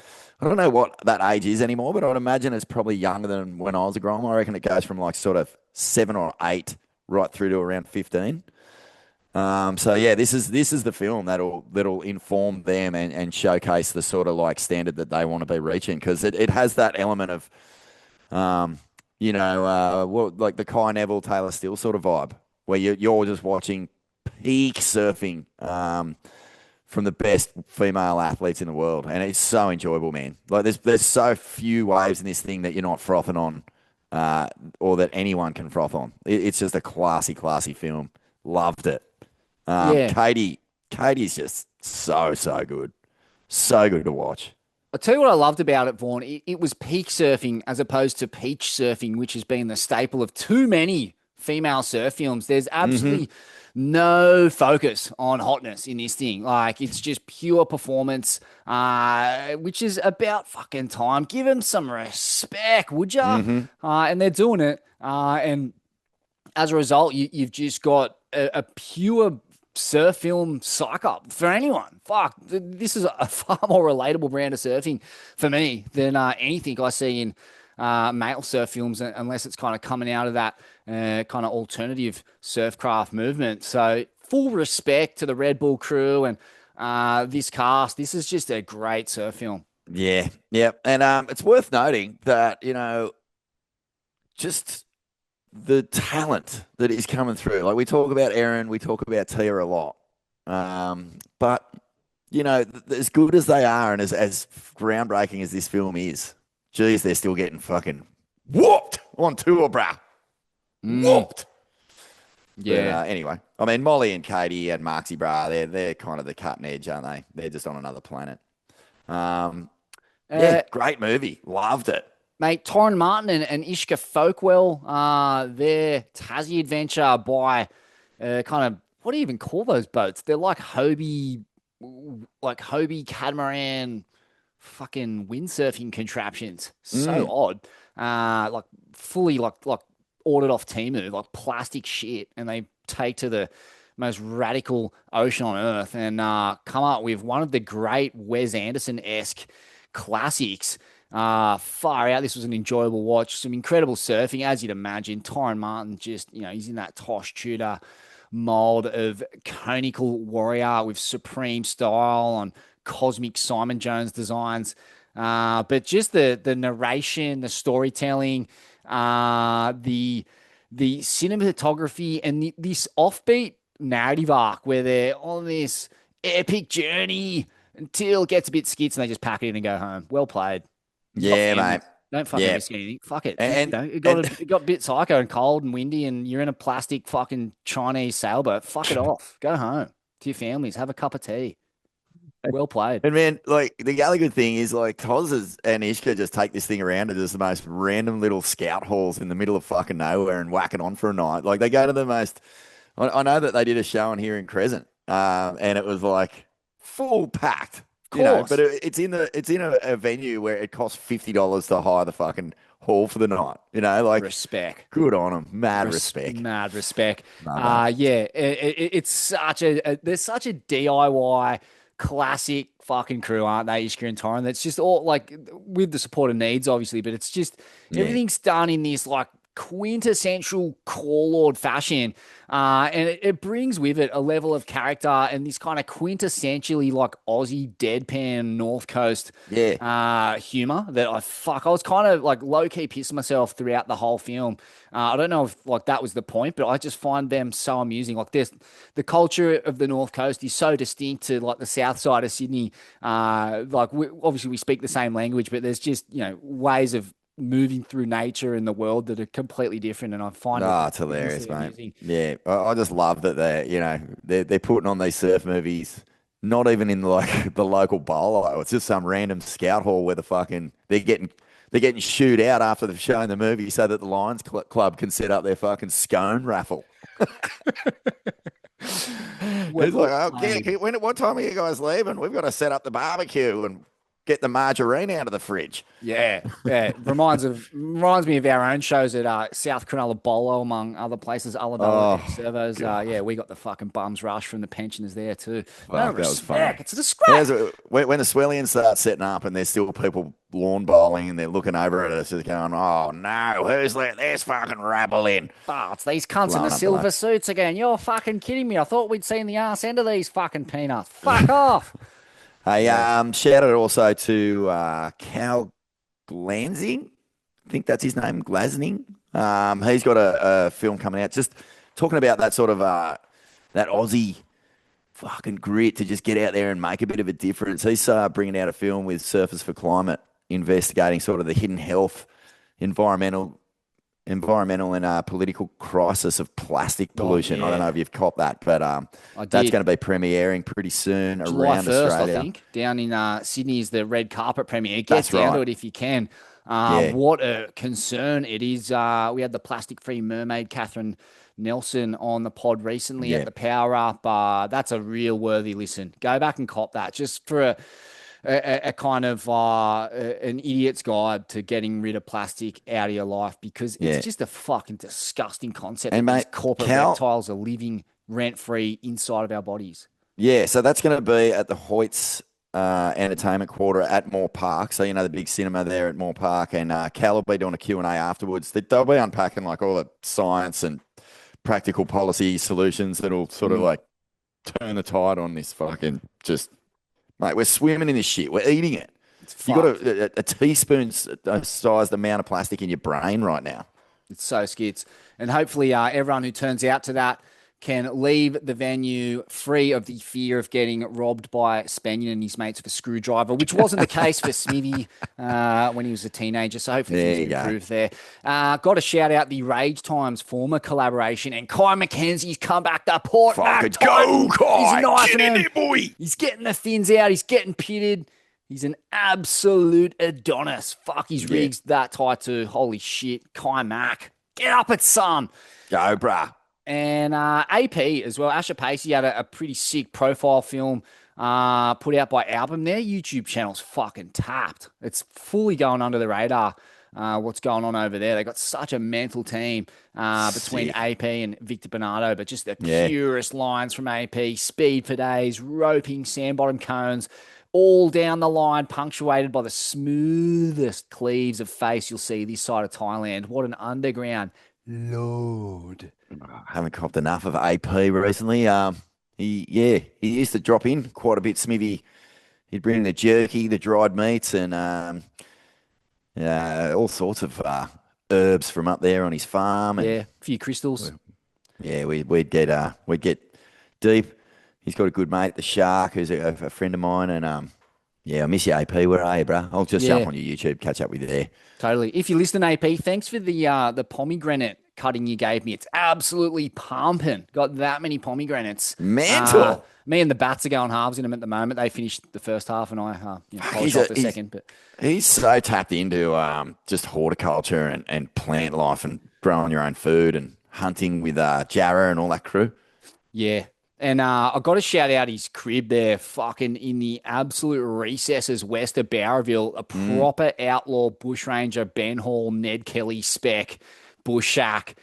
Good luck finding it. Holy shit. Took me, mate, I thought I was going to be one of those fucking pommy bushwalkers lost in the Blue Mountains when I was trying to get there. But holy shit, what a spot. He's got the thick, it's like all salvaged kind of materials, including this super thick glass from a bank, bulletproof glass, just in case he does, end up in some shootout with the fuzz. Don't know why that would happen, but well played. It's a common thing up there. Yeah, it is. I think it's a common thing up there when the armistice was going on, when the gun buyback was happening. Most of the farmers just buried all their weapons. You're not going to take my guns, mate. Yeah. What if the fucking... Pretty sure that's where that fugitive Naden was hiding out, was somewhere kind of west of there, but it's pretty fucking dense bushland and, pretty classic, mate. He's kind of, for me, written the sacred screed on underground Aussie surf living. Like, he's just managed to cobble together this pure surf lifestyle where he's just got the fucking mad van, he's got the perched up bush lair, and just domesticated fruits and crystals, and that's it, man. He's just like kind of he's living so healthy, but he's always got an icy cold beer in his truck as well. Always perfect balance, and he's balance. He's basically just monitoring charts from Noosa to fucking Ulladulla, and he just fucking pinpoints the honey pot and just drains them silly. So well played. Well played. A few more Dolphs Vaughan, Jack Robbo's YouTube. Look, if you like seeing the best surfer in the universe rip, then you should watch this. It's a real classic insight into a real throwback character too. He's in that kind of pagey, Haran, Lynchian, mystic lineage, as we know. He's tapped into something else that we aren't seeing. He's maybe even a Rastovich disciple. I was thinking too, kind of put me on a bit of a tangent, just thinking about these cosmic Cone Warriors are, obviously Griffin Colapinto, Koa Smith, more out of the Ram Daskadauskas lineage, the positive vibe warrior lineage. But, geez, there's some galactic characters out there in the upper echelons of elite surfing, and it's worth tapping in. It's just go and tap in. Mate. Go and cop some sermons from these cosmic warriors. And Stimulant, Vaughan, I just had to mention this because I rewatched it, and this was the whole point of Stimulant, and even some of my rants that are in that film was, like, once upon a time, we watched films on a continuous loop, and we've stopped doing that. But this is one that you have to. I watched it after a hot one, Stimulant, and I just realized that like this is an absolute fucking masterpiece, and you Yeah. might not have realized that on the first watch. It took me the second watch to really understand it, which is, like I said, my own prophecy coming to heed, taking my own advice and watching it a second time. And like the thread of it that might have gone over people's head is that these guys are hopeless chart addicts, like just chart and art and coffee addicts. They've cracked this trippy code that allows them to enter into portals. And there's these shots of Ras, Björk, and Dav Fox sitting around, cracking out and cracking the code of some misto swell in some far-flung nook. They found the maps to nowhere, right, that Katie Simmers gets the intergalactic chamber on. They fucking score it. Noah almost gets a double dragon of Dreamtime proportions, but ends up body surfing out of it. And yeah, like, I guess like it's really like a question now of which lineage of devotee you fall into for me. Like, are you an AI TB Parko man? Are you a Noah BI Jack Robbo devotee, or an AP VB devotee whose lineage of culture and travel and art do you respect? The Surfer's Bible has been heavily redacted for political and financial reasons, as we know. And, look, to be honest, we've benefited from it at times. But, which lineage do you fall into, Vaughn? Are you a stimulant man? Are you I'm definitely, oh, fuck, dude. I think I'm just a disciple of it all, Smithy. I love it all, man. I can honestly get in behind just about every aspect of surfing, but particularly for stimulant, for the art, the concept. Like for me, this was just a concept piece that was executed start to finish flawless. There's no misfire in this film. Every single shot is intentional. The standard to which Katie and Noz hold themselves makes it just impossible to not have the most fucking psycho shit you'll ever see in your life in it.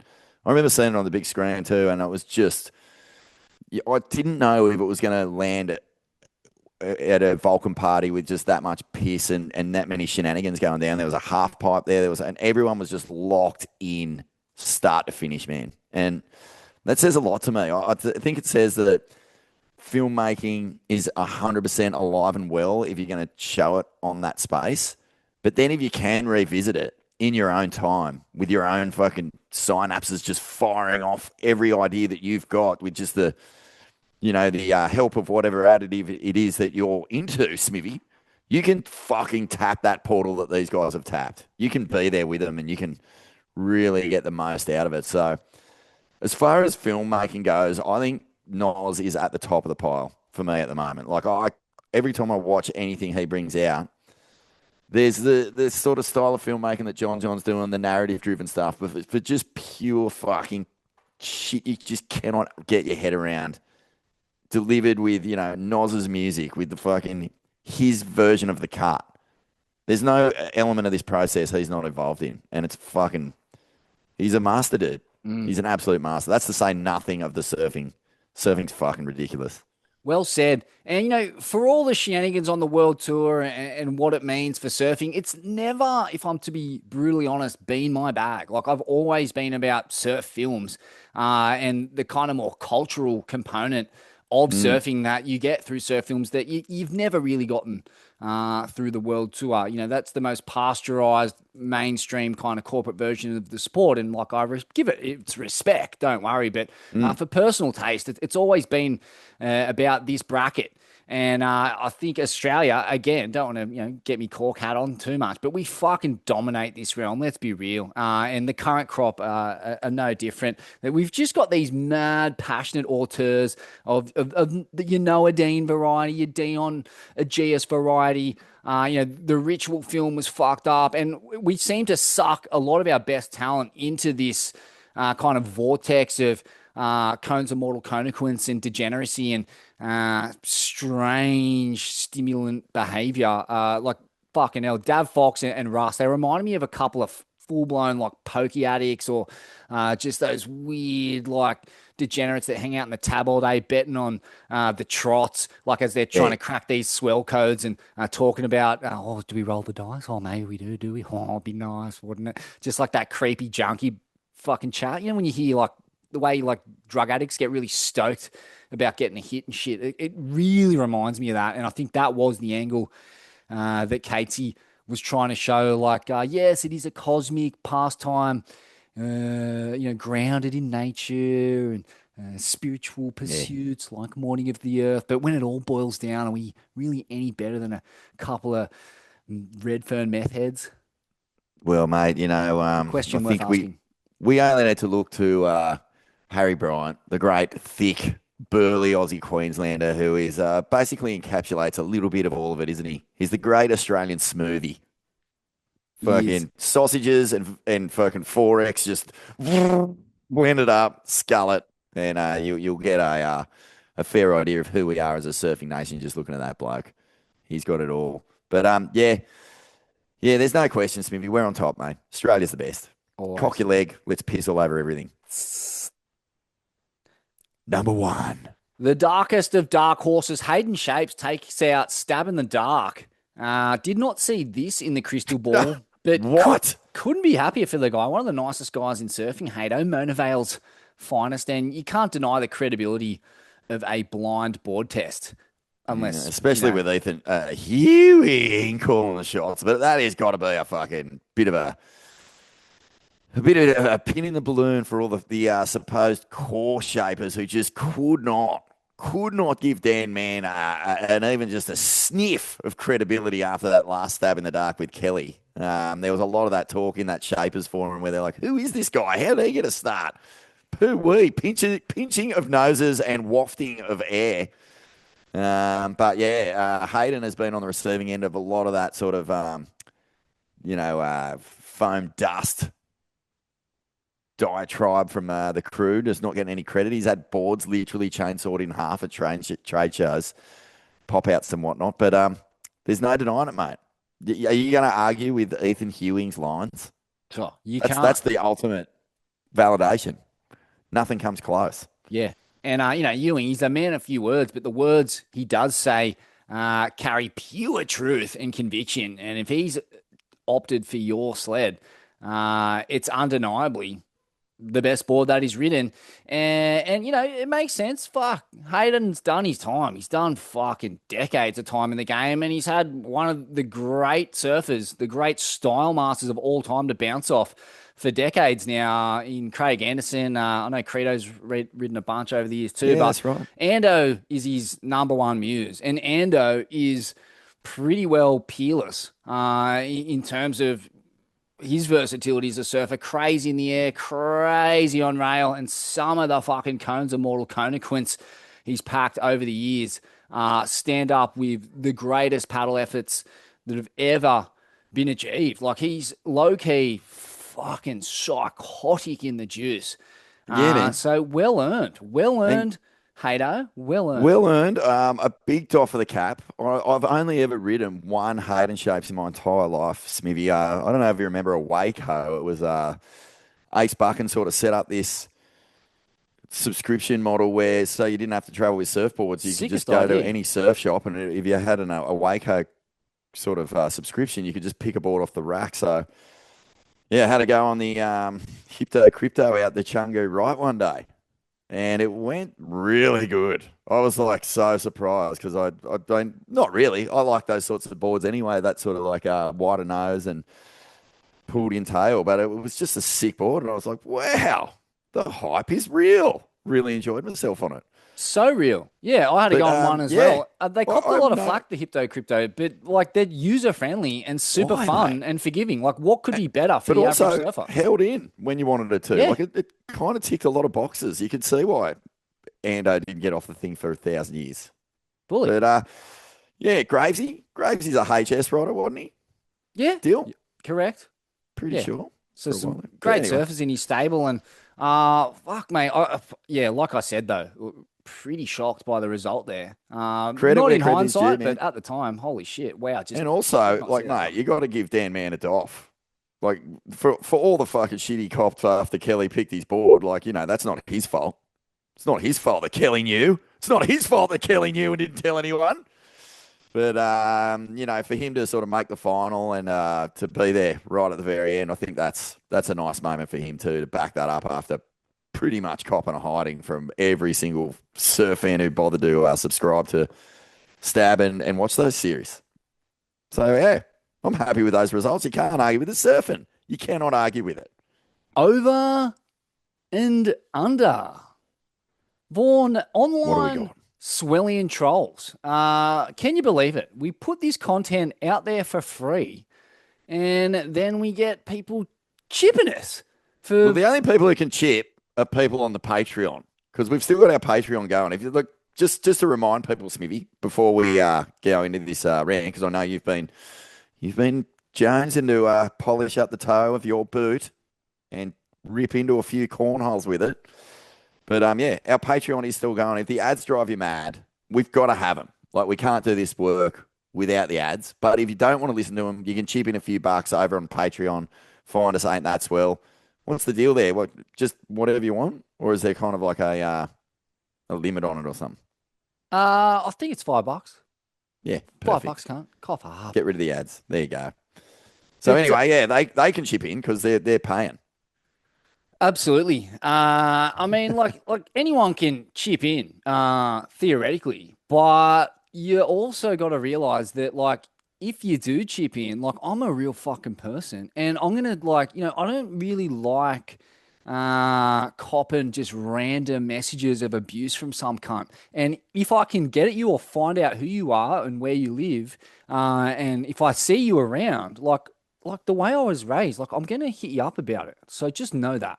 And also know that you're going to get fucking incinerated online. So let's get it done, Rinse Corn. What do you got? Who's chirping? All right, so on the back of the, remember the Beric De Vries podcast that went out a little while ago, the Safa Corlord underground legend / addict in recovery. Fuck, it was a good chat.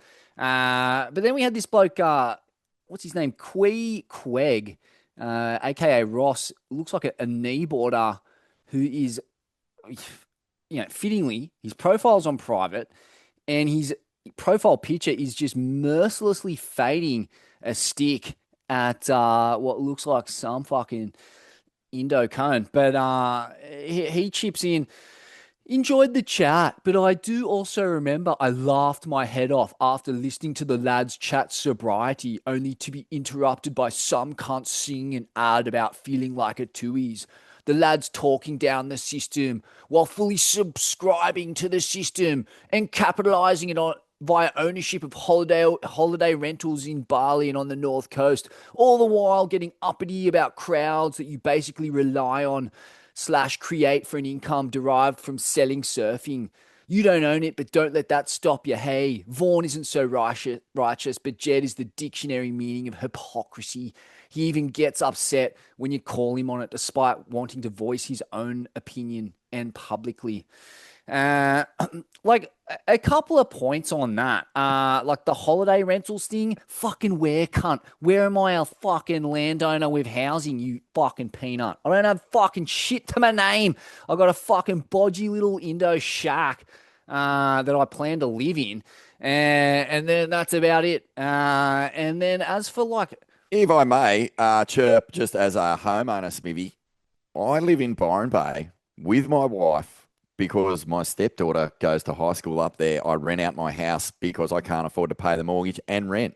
Is that okay? Is that a crime? Is that okay with you, Ross? You fucking peanut. Sorry, bruh. Sorry, man. Didn't know I had to fucking just grind my dick off working to pay rent and me mortgage. If I can fucking rent out my house so I don't have to stress about it, that's what I'm going to do. Fuck!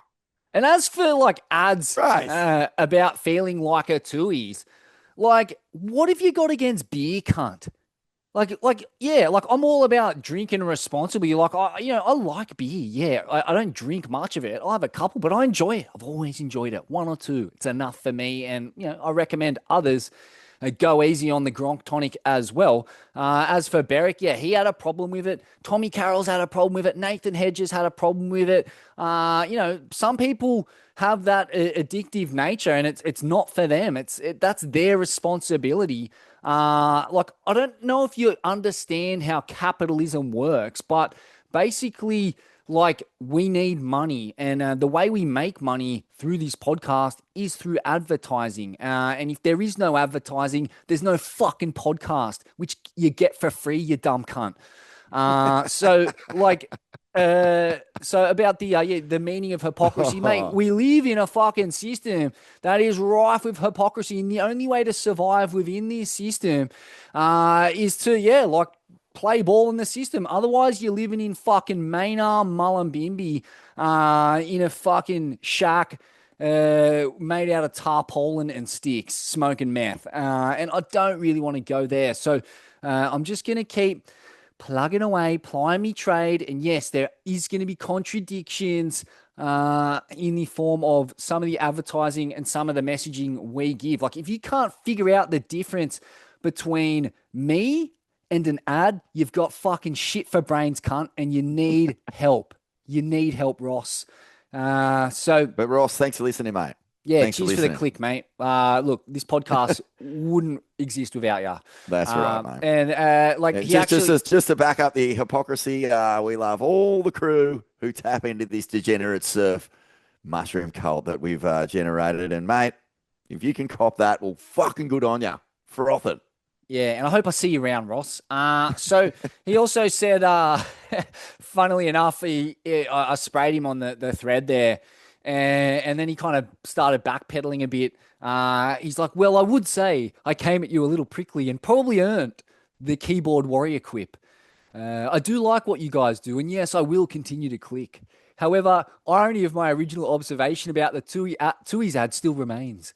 I know I'm not the first to bring it up, but those observations aren't going to be untrue until you guys exercise a little bit of integrity and start to choose who to partner with. Geez, it would be good to choose, Vaughn. Who do we choose to partner with? Is Oxygen giving out money? Is Wim Hof sponsoring podcasts? I don't know if there's any meditation apps. Well, we did have a meditation app, but yeah, maybe you have. Maybe you want to be our ad man, Ross. Yes, I understand capitalism goes on just as well as you do, but saying yes to everyone that waves money at you is compromising your message. Well, fuck off and don't listen then, cunt. Or pay for the Patreon and get ad-free listening, brother. That would be the other salient option, you fucking tight-ass peanut. $5, bro. Join the crew. Get rid of the ads. The hypocrisy leaves your world. And we can all just marinate in the surf froth of the swellians. Let's do it, brother. Get on. Come on, brother. Let's go, Rossi. How good is this idealistic tight ass? Not even coughing up and having a fucking crack at us for making a buck. We're rolling in the dough. We're rolling in the dough, aren't we, Rincecorn? We're fucking minted. Yeah, but I don't want fucking gambling ads on this thing, and we don't engage with gambling companies. We've got like an outsourced advertising company that just fucking pre-rolls so that we can just keep doing this. Like, that's the fact. We can say no to stuff, but while we're in this position where we're not fucking earning enough coin to have an investment property that we can rent out full time and service our Airbnb ads, well, fuck, mate. It's just not going to happen. We've got to take on the ads. We must. I don't even care about the ads. We actually, hey, Smithy. No one even knows we knocked back ads from Ampol and shit, and I wish we did. Yeah, exactly. I was going to say that, man. No one even knows what we actually do say no to, and there's plenty of them. We've said no to major banks. We've said no to fucking political parties who have tried to fucking rope in on around election times, and we just say no to that stuff. But there's just some things where we're like, well, you know what? Fucking the Swellians know what's up. Let's go. The thing is, too, this guy's getting on this idealistic high horse. He knows very well the difference between our messaging and advertising messaging. At the end of the day, the people that pay us money are paying us to spread our message. And that message is, and it ain't going to, you know, the fucking difference between our message and their message. So don't pretend like you don't. It's like these people are worried for someone else, who might not know the difference between our message and the advertising? Like who? Who can't? Who doesn't know the fucking difference between me ranting and an advertising message? Like, and the other thing is, I don't care about what ads we have. I'll take all their fucking money because it doesn't change a thing. And if you're doing like the work that I prescribe you to do, i.e., breath work and meditation and movement, and you're listening to the system failure episodes and the swellness episodes, then like all of the advertising in the world is going to be completely impervious to you. Like you're going to make healthy choices, spiritual choices that concern people and the planet, and you're going to make good ones. So, like just get off the fucking moral high horse. If you can't tell the difference between our messaging and advertising messaging, mate, you've had more fucking stiff arms than Smitty in the late 2000s. Ooh. Can you? Whoa. Would you pull your cord out? I've been unplugged. Smitty's rant has gone that turbo nuclear. He's got to be Ross. His headgear's come out. Oh, I love it. It's like Jake back. Trbojevic, mate. Let's just like finish off his little backpedaling. Are you actually still? Are you plugged in? Is that definitely going through? Yeah, okay, can you hear me? Cool. Yeah, I thought it was like a gerbo. Your headgear went fucking flying mid-rant. Yeah. Let's just finish off his backpedaling, sniveling rant. So, yes, I understand capitalism just as well as you do, but saying yes to everyone that waves money at you is compromising your message. Is it, Ross? You're a good man, and I like what you stand for. Being in the public space probably gives you more responsibility than you would prefer. To back your convictions with action, that's a tough gig. Apologize for taking pot shots from the gallery. That probably should have been a DM or face-to-face chat. Yeah, would you say it face-to-face, Ross? You reckon? You reckon you'd talk like that to me, mate? Off your fucking head, cunt. Consider my head pulled in. If we ever meet, I'll remind you of this chat and you can give me a tap on the chin. Only if you touch me first, and then it's all self-defense from there, Ross. Really enjoyed the interview and I liked your take. Full disclosure, I was a few beers in when I fired off the initial message. There's that irony again, and was fucking horrified when I was reminded of it the next day when Jed had reacted in full Jed mode. Hence the apology. So there's an example of me behaving poorly under the influence. Anyway, good luck with the requalifying attempt. That Sunset story was wild. That was him talking to Beric, who was nice enough to, give him some encouragement on the back of a vicious spray. Fuck, dude. Ross, I have to admit, he brought it home with fucking thunder, saying that he was on the Terps when he wrote the message. It's so good. Complaining about Tui's ads while drinking a beer. Unbelievable. I love him. How good is he? Mate, don't encourage him. These fucking peanuts who jump on a keyboard and want to say things to people that they'd never have the guts to say in real life are the fucking bane of us all. They're awful, awful humans. They got to put their fucking heads in. So I had a friend who was sort of like getting into some public-facing stuff and copped a fair hiding from people. I won't give you the context of it, but I was just like, what is the problem with this sort of like space is that like to them, it's just a moment. They're just like seeing it, reacting, never thinking about it ever again. But to this person who was really affected by it, I was like, you cannot give it anything more than they gave it when they wrote it. And there's like, for Ross is like sitting there engaging with you, dropping clangers at the end there. But yeah, most of this stuff, dude, is just a reaction and it's a poor reaction. And if you just choose kindness, you won't find yourselves in these fucking situations. It doesn't feel good leaving a fucking shit message on someone's Instagram. I'm telling you. Even if it's witty and you think it's funny, it doesn't feel good. It just doesn't. Yeah, totally. And I'm looking at this guy's profile, and he doesn't look good. He looks plus sized. He looks unhealthy. You've ripped the boot that hard in, which is, that's what you get. If you want to engage and you want to fucking throw stones, that's what you get. You get Smithy on a rant and fucking, you just got to cop it, mate. You just got to cop it, mate. It's pretty silly. Like, taking pot shots at someone with their own platform, who's famously a little bit screw loose when antagonized. Foolish move. Check. Hey, listen, man. Have you got any more? Oh, well, it's a under, but it's an over for the fucking punchline that he was on the sauce. Fucking love that. Hope he was drinking Tui's, by the way. Oh, yeah. Or at Complete least irony.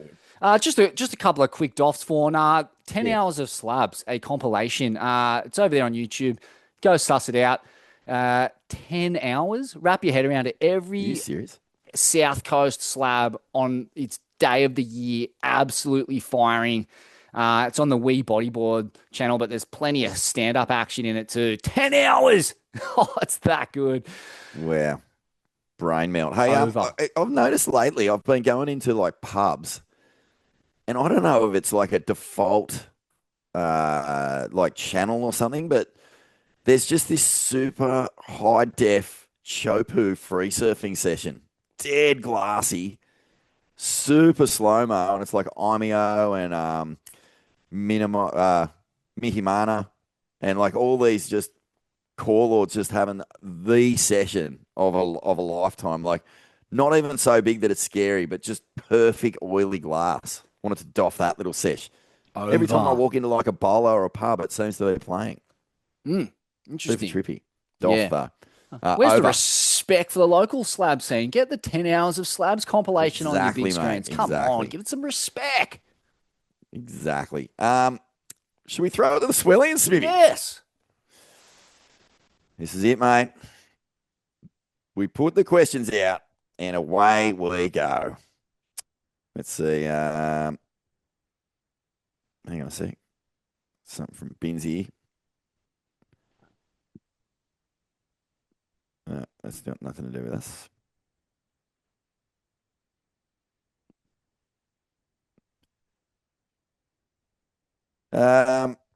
This is from Jeno, the cinematographer extraordinaire. The great Tom Jeno. The great Tom Jeno. He said, what the fuck's going on with Jackie Boy's social media? He's referring to Jack Robinson. Are you seeing any unusual activity on Robbo's socials, or is that just a Jeno thing?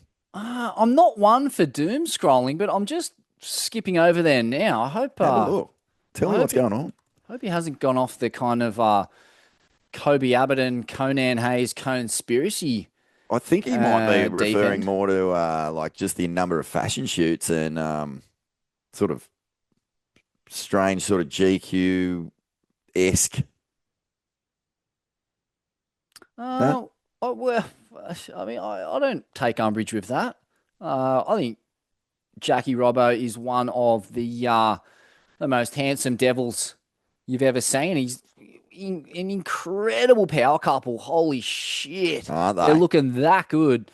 Julia and Jack Robinson down at the Margaret River jewelry zone. Holy shit. They look like they're out of fucking... Oh, have they released a collab with that jewelry company? Is that what that is? Maybe that is it, yeah. Linny's Jewelry.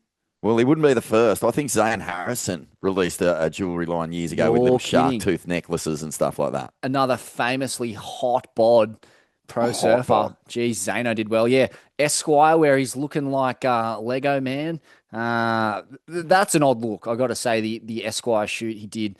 I don't know if they had to kind of wax mold his hair and make him look like a Thunderbird. That's a bit much. Do you think just this salty, encrusted, weathered fucking West Oz crew just can't get over how silky smooth Robbo's skin is and just how fucking elite his whole game is? That could be it. I'm just looking at this Esquire shoot, and I tell you, the pylon is rough. Taj Burrow is idol. Chips in on the cover shoot. More surfing, less modelling, mate. To the tune of 339 likes. And oh, jeez, that's rough. Joking.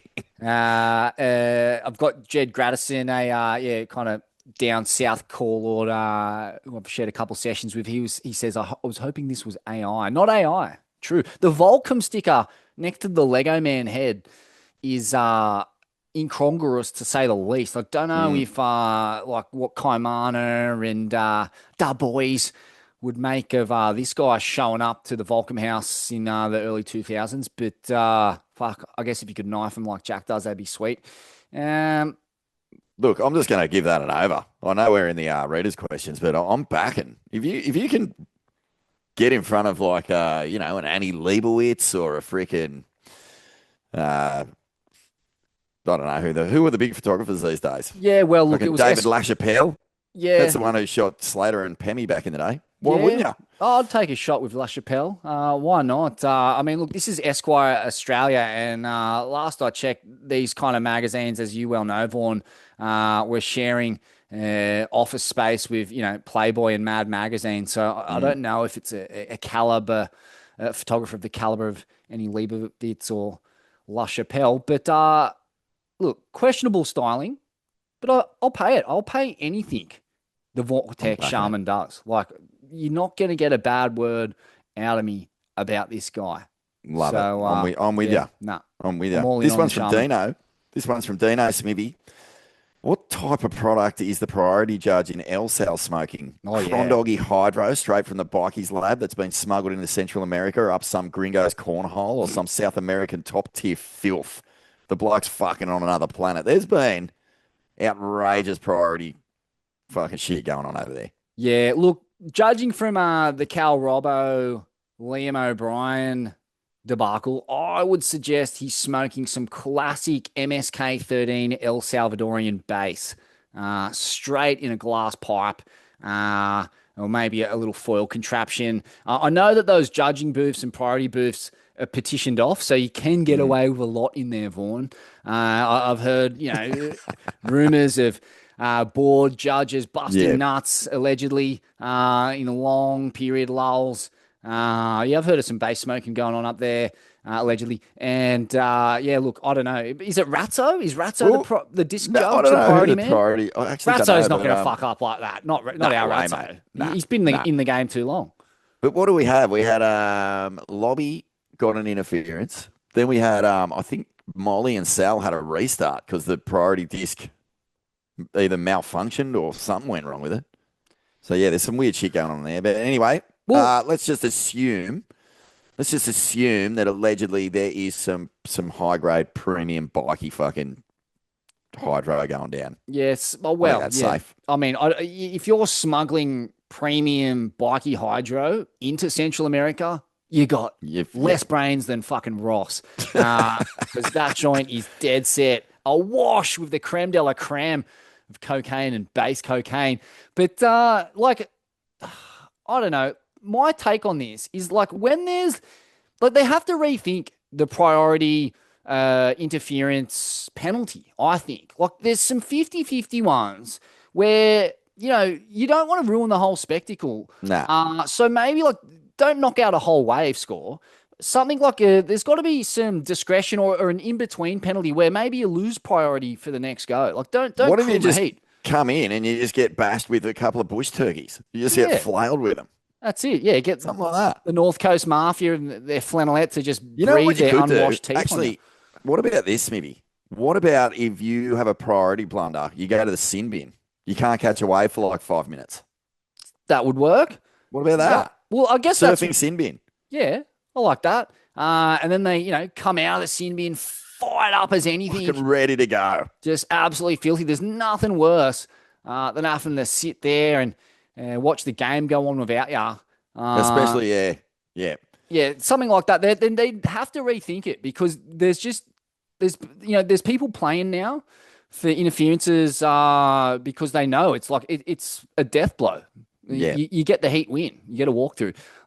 And so I think there is a middle ground there. We've been running off the old fucking interference equals loss of wave score for decades now. And I think it's time to kind of shift out of that and create a few levels to interference and priority kind of shenanigans because, the Lob Callum one was a clear glitch. Liam O'Brien is the most astute competitor you've ever seen. And as is Cal Robson. Those two guys are absolute students of the game. It's the one part that they never fuck up.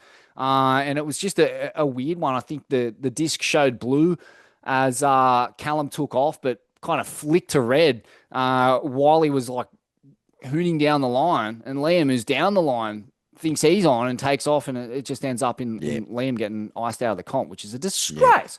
Disgrace. Mate, this one's from Clancy Mills. Strange one. I'd love to get your take on this. Will Jackie Robbo and Ethan Hewing finger each other this year? Whoa. Was that? I mean, I don't know where that's come from. Geez, that sounds like keyboard warrior antics. Can we have a look at who this guy is and rip into him? Nah, well, I mean, the photo I put up is another GQ shoot. You know, it's that shot of the boys when they were going for the Olympics. So I don't know exactly what he's getting at, but who cares, mate? Jadson Bradson is okay. No, I'm not even going to read that one. Noah Purrington. The question that everyone is asking: if Eth took out the winning stab in the dartboard, would he have won his heat? Jeez. Now that is a good question. Like, do you think the stab in the dartboard goes better than any board Ethan's put away to surf in his comps, or is it just the best board of that bunch? I think it's the best board of that bunch that's been made for a very specific wave. Like, I'm assuming the shapers all knew where he was going to go. Is that part of the deal? Like, they know, like, it's periscopes, Lakey Peak. I think they just give them a rough idea of what they're going to be surfing. I don't know if they actually know exactly where it is.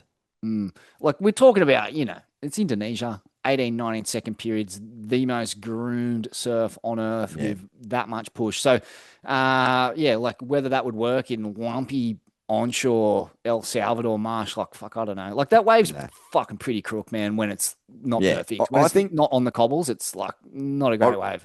Well, I don't know about you, but like it feels to me like stab in the dark. The takeaway for the winners, the boards that win, is like they like something new, some new sensation that they get out of it. It's not necessarily the best board they've ever ridden. It's pretty rare that that's the quote. That's a good point. Yeah, it is. They're looking for a little bit of zest, something that they enjoy that gives them a bit of excitement. McDevitt Electrical on your Shauna. Oh, yeah, McDevitt. Love McDevitt. Deadly and Smithy. With the WSL looking to sell to the highest bidder, what are your honest crystal ball predictions for what and who might be interested in taking over professional surfing?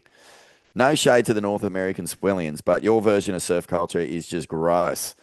Excluding core enclaves like Ventura, Santa Cruz, and core lords out east that love getting blazed and hunting cones. That's a little doff to those particular little pockets from McDevs. If we cop some ESPN takeover thing, surely it only gets worse. Maybe the boys at Stab should have a sniff at owning the World Tour, UTFS. Ooh. Yeah, frick. I tend to agree that the Northern Hemisphere, the kind of Californian-centric spin on World Tour surfing has not been a positive overall. I think this current guy, Crosby, is it? What's his name? Crosby, Yeah, Ryan Crosby. Ryan Crosby, yeah. He's doing a decent enough job.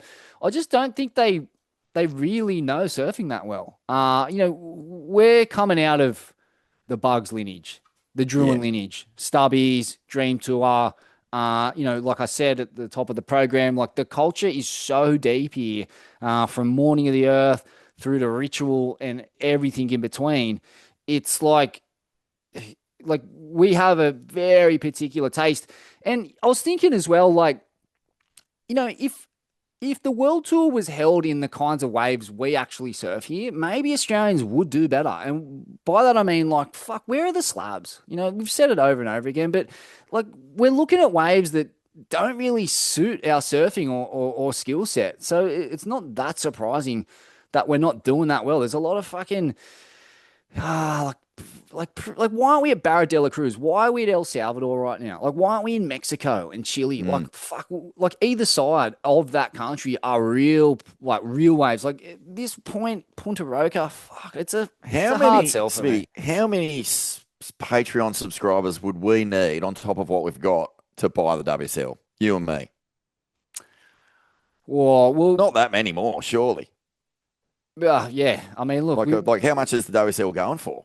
Is the other question. Yeah, that's a good question. I mean, we're making, I think, $500 a month through Patreon at the moment. So, like, guilty. Yeah, crushing. So what, another 6 or 7 subscribers? Get on there. Yeah, surely. We'll take over. We'll get the walls in our back pocket. Easy. Let's go. Mate, this is from Clapdog. He says, I seen Phil Macker in the surf on the weekend. I hit him up about if he'd do an 8 That's Well live show, and he was keen. Far South Coast edition. Could get Macker, the Macker twins, Shane Wiener, Otts, and Has, as his new missus is down this way. Can have it at the Monarch in Maruya. Have you caught that pub? It is a fucking absolute iconic venue. Brown tiles on the end, yellow Monarch on the side. Maruya is a sick joint. What do you guys think of that? I reckon that's a dead cert. Deep South. To get macaroni. Oh, yeah. Let's go deep south. I've seldom been further south of, let's say, Bawley Point. So, yeah, why not Maruya? I mean, Maruya to me is most famous as the last home of the late, great Stevie Wright, perched up in a caravan, putting needles in his arm, and, probably shot up a couple in the toilets of that very pub. So I'd be down to retrace the steps of one of Australia's late great rock icons and get a bit of hardcore, frigid Aussie surf culture in the mix at the same time. Why not Rinsecorn? I love going down there too. My wife's family lives down there. I often go down for Chrissy. It's such a magic area, man. Some good little setups too, just on the quiet. Not that I'll tell you where they are, Smithy. Respect.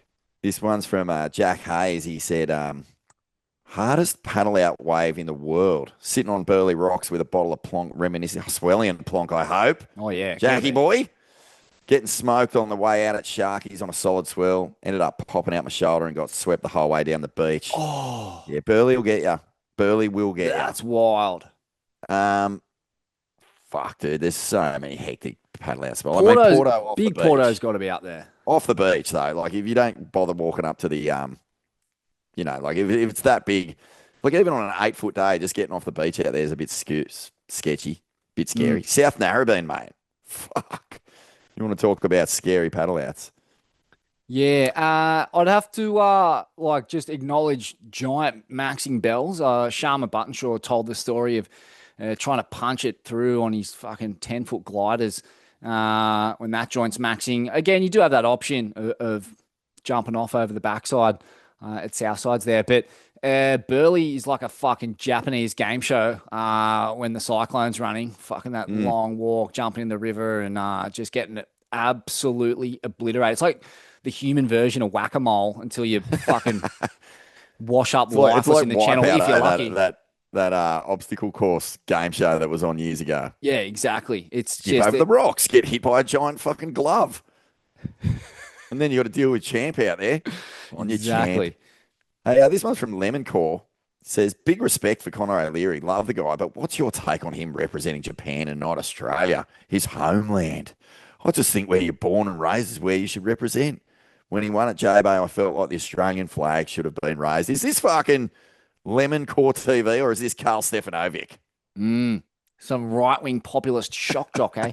No, I share a bit of this sentiment. I mean, look, I'll never begrudge O'Leary's bra because I get it. Like, you know, it's about going to the Olympics. Like, who in their right mind is going to pass up that opportunity? I think that's like has a lot to do with it. Probably some endorsements.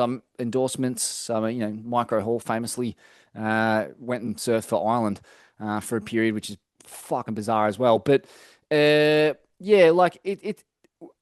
it rattles me is when O'Leary's bra enters the world title conversation, you know, which he has been on the cusp of doing. And then I'm like, fuck, if he wins a title and it goes to Japan, that's a disgrace. Yeah, I'm more of... Maybe I'm just emotional about it. Like, where it goes doesn't worry me. Like, he's Australian to me, and if he wants to represent his mum's culture, she was a Japanese pro surfer. Like, fucking good on him. Like, that's his heritage. That's his that's not, you know, some distant relo. That's his mum who brought him up. He speaks Japanese. He spends a lot of time over there. Like, who gives a shit? It's still a win for Australia if he starts letting the peach go fucking nuclear. Surely we can get one Aussie flag on the shoulder, can't we? Can we? Like, hang on a minute. Aleo Muniz, he surfs with the Argentinian flag on one shoulder and Brazil on the other. Yeah, okay. And Tyler Wright has the Australian flag and the Pride flag. So does O'Leary not have an Australian flag? Is it both Japanese? I believe it's both Japanese. There you go. Maybe that's what we need to talk about. Yeah. And Bella Nichols has a Norwegian flag, I think. Danish, sorry. yeah. But like O'Leary, bro, mate, he's the fucking biggest bogan you've ever seen. Like, I was cracking up just looking at his fucking mugshot. Just this square, block-headed Irish Australian with a mullet and the thickest fucking Aussie accent you've ever seen. The cunt's built like a brick shithouse. He's from Cronulla. It's like everything about it. He's like from like famously the most racist beach in Australia. Yeah. But like, no, I shouldn't say that. Like, you know, like allegedly, like obviously they had a bit of a race riot issue down there a while ago. The context of which is very complicated, and I'm not going to get into and throw stones. But like he is like it just cracks me up. He's just the purest version of bogan, and just so happens to be fluent in Japanese and have brown skin. But the actual makeup of his skull and head. And it is pure Australia. It's a strange cross-pollination of cultures, but I back it. I 100% back it. And he's, at the end of the day, the epitome of Asia-Pacific culture wrapped up in a human. Guy fucking manhandles Aussie slabs like no one else. The voodoo shaman, clubs at backside with the purest peachy venom and can fucking get down with anyone. Like he's the man of the people. He's the people's has champ. a touch of the kamikaze when the fucking West Bowl of Chopes is closing out. You can't deny the Japanese heritage, bro. You can't. Cam Baker wants to know, Chili Gaz, does Ethan just have to surf? The sit and wait strategy has let him down a few times now. Surely with his ability, he can get excellent numbers on not necessarily the best waves. I concur. Yeah, you pinpointed this a while ago, Vaughn, and it is hard to argue with, but he's just such a purist. It's got to be so hard for the likes of Ewing, raised on North Stratty. Man, like the waves that he gets on the World Tour, a lot of the time are just fucking pretty average, and it's hard to psych up on, I guess. And he just wants a canvas to dance on, and he needs a supreme canvas. He's the ultimate artist. He's the ultimate purist. Yeah. The ultimate style master and rail technician. But only if the canvas is set up for him. So I guess he's just waiting for something that represents a familiar. It's just, you're right. Ball. His standards are too high. He needs to slay a few dragons to get to the princess, for want of a better analogy. But you know what I mean? Like he can afford to wet his rails on a couple of heapers on the inside. Yeah. So you reckon that the cunt can build a house with like subpar waves? He's that good. Like link two turns and fucking get a bit of a plume going, and you're sitting on a number fully. And like when he did surf at and we brought it up with him on the glass, mate, at Snapper. I was going, mate, fuck. I think I said it to him in the first heat. I was like, just bro, surf, can you just surf? Just surf, cunt. Would you just fucking surf, cunt? And guess what? He took Vorno's advice, and where did it get him? Straight to the fucking top of the podium, lifting the trophy. You should have got 10%. You should be his coach. I'd love to see Vorno on the World Tour as the rail shaman's shaman. I don't know if I've told you this story, but after the comp at Snapper, I found myself in the dressing room, the Red Bull, like not just the Red Bull athlete area, but in the dressing room with Steph, Ethan, and Billy Ewing, Ethan's dad. Oh, and he how shook good's my hand. Bill Ewing? He gave me a can of beer. It looked like a fucking dead set. His arm was so big, the can of beer looked like a key ring beer. Like it didn't even look like a real beer. And as I grabbed it and I shook his hand, I went, on your Bill, and mate, his forearm was fucking about as thick as most tree trunks. He is a massive unit. And got to have a beer with Steph and Ethan in the sheds afterwards. That was a nice moment for me, mate. Beautiful. Well played.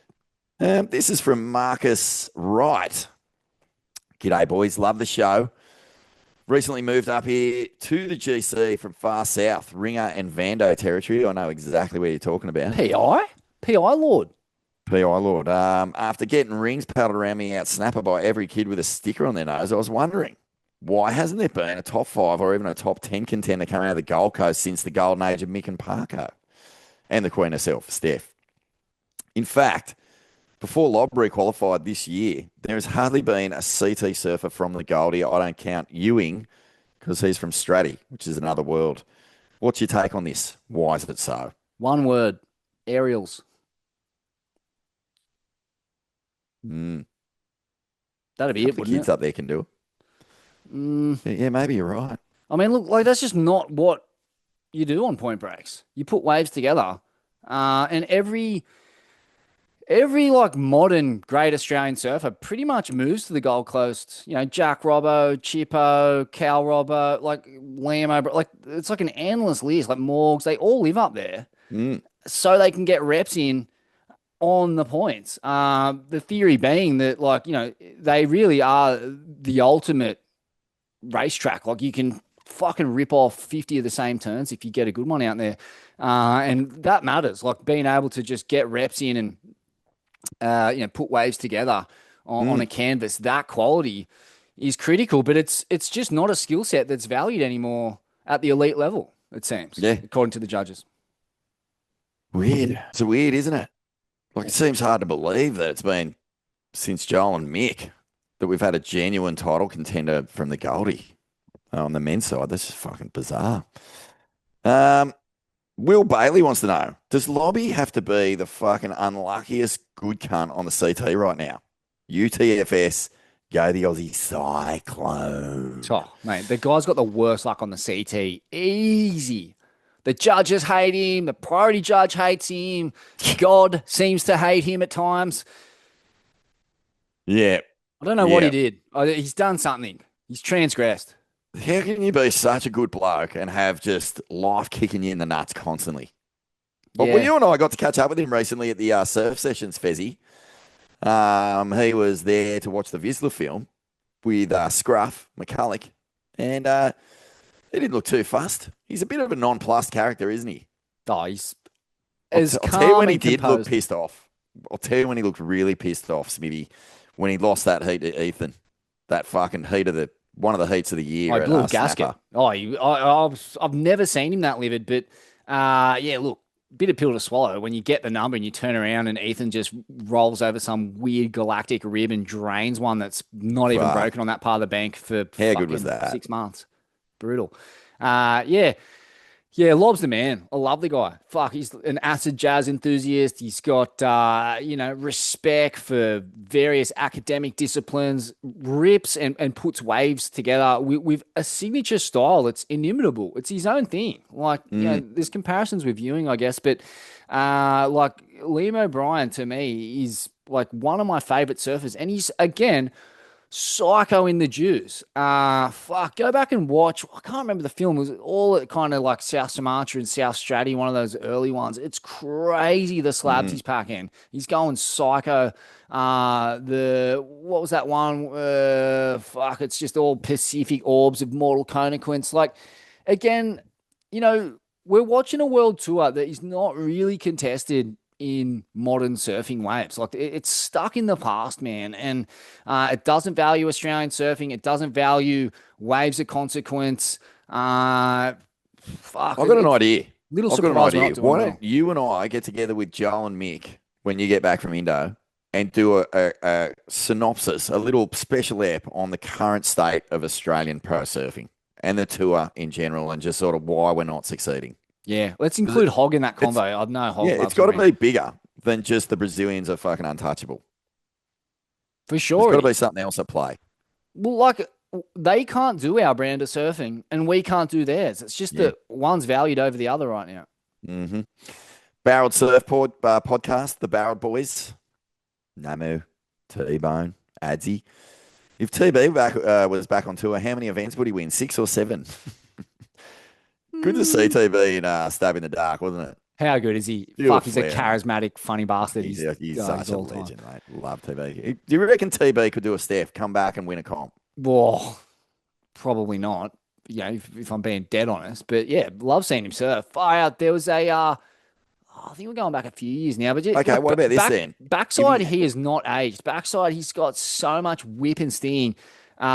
His last proper surf section in Listen Now, Misty Dawn at like Pretty Big Macca's when he's got a mental mohawk and he's just going warp speed. Fuck, it got me as psyched as any TB surf section ever. He is like, in my mind, the GOAT of my generation. He was the guy. Like Montage is like a seminal cultural high performance surfing epic that I don't think has ever been equaled. So yeah, like I don't know how well he do in a competitive format, but geez, in terms of like cultural contributions, fuck, he's like number one in my books. He's so good. Yeah, he's the man. He's the absolute man. I fucking love spending time with him. I actually got to have lunch and we had a surf together out Ingy car park. Sick. Fuck, it was fun, man. And yeah, he just rips. He's so good. When you're in real time, watching him, he's just still as lethal as ever. How many comps would he win? I'm with you, none. This is from B. Hutch Photo. He wants to know, who is the best male surfer in the 2026 CT that will never win a world title? Who's the best surfer, regular footer, on tour right now who won't win a world title? They've got to be a regular footer? Did I say that? I don't know. No. I said that. But yeah, it's not. I'm going to say like Sorry, Ethan Ewing. I just can't see him winning a title unless something changes in the tour schedule and or the judging. But like, there's never been a better surfer on rail, in my opinion. Like, when you give him a canvas to flex on, he is fucking peerless across the ages. Yeah. So good to watch. Fuck, that's a big shout, man. I think I'm with you. I don't want to say that. It actually breaks my heart a little bit to even think that, but yeah, is the quality of the surf even just, will it allow him to win a world title? Like, will he get gritty and fucking angry enough to take subpar waves? Or are his standards too high? That's could be what works against him. Maybe it's less to do with performance and more to do with, will he sully himself by catching shitty little waves to get scores? Fully. Maybe that's the weakness. Don't do it. Don't besmirch the proud name of Australian purist rail surfing. That's right. Don't cock your leg and piss all over your legacy. That's right. Keep the legacy intact. World titles be damned. And look, we just talked about TB. He definitely fits that category of a surfer who just refused to compromise. And as a result, is he any less loved for it? Mate, TB. I would say he's more loved for it because his surf films, like, you go back and watch Montage, go and watch how sick that film is. The soundtrack's unbelievable alone, but yeah, just the full gamut, the most slippery, delectable, perfectly shaped gamut of surfing experience. But yeah, like, can you even win a world title without aerials? At this point, I would say no. Like, it just, like, given the waves on tour and like the likelihood that you're going to be surfing heats in onshore, like high tide, wonky marsh, it just seems that, like, you know what? I'll give you a perfect analogy.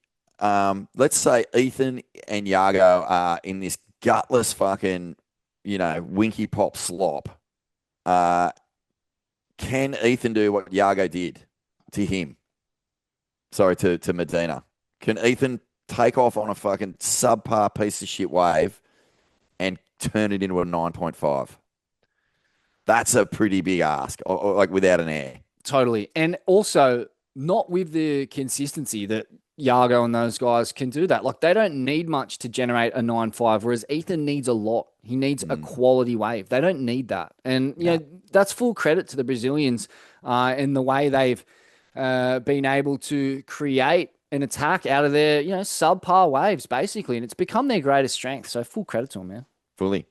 Rambo Estrada wants to know, Smithy, what do you think of your fellow podcast call-lord, KL Warren, coaching the Chinese shredder?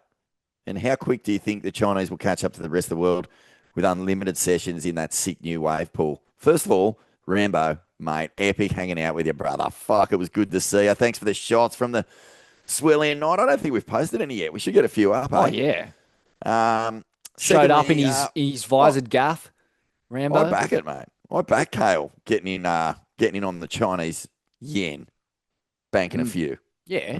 Has he got a new car? I'm pretty sure he does. Mate, I heard they promised him an entire like regional district in like a Uyghur province. I think he's like fully like caked. He's a made man in Changzhou. Well, I think I'm going. I might even go over to China at the end of the year and have a taste of that Paul Smithy. Yeah, I wouldn't mind. I wouldn't mind sticking my lips in it. But like, he's not the first Aussie Q Lord to cop a bit of backsheesh from the Communist Party. There was another guy who I ran into when I was in South Sumatra, who was coaching the Chinese junior surf team, putting them through some reps on the beachy there. It was a pretty wild story too, because they just basically headhunted him. They just seen him ripping and asked him whether he'd like to, give these young Chinese groms some pointers. And the first pointer he gave him was, guys, you got to stop this militaristic communist training regime every morning before they surf. You can't whip these kids like that. Just let them cruise. Every morning they were doing this crazy like calisthenics, running, fucking like pretty much an army boot camp before paddling out into the lineup. Absolutely cooked and wrung out. And he's like, this is not helping, guys. Like we got to nix this. Really, like just thinking about the Olympics and stuff. Do you see many of the Chinese athletes even smile when they win gold, or are they just relieved?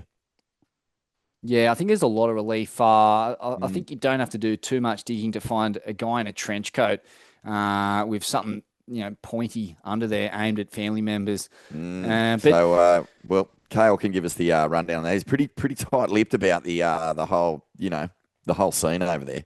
Was that a pun? Did you just pun on his podcast, Lipped, or was that? Oh, there you go. Yeah, well punned. But yeah, it's an interesting one. I actually got to surf with the Chinese junior surf team a bunch on that beachy, and I would have to say, no gold medalists in that bunch. They weren't bad surfers. I'll tell you, the one Chinese surfer who I've seen in the flesh surfing is little Patty Zhu, the air queen from Ladybirds in Stab High, and she had some potential. But anyway, mate, we'll see what happens there. Dude, Dad wants to know, is Medina going to put an offence logo on his board or what? He looks good repping that gear. Well, we've touched on that. Wonder if Medina will sign with another surf company. Yeah. At some point. It's interesting. I just trip on the fact that he is so connected.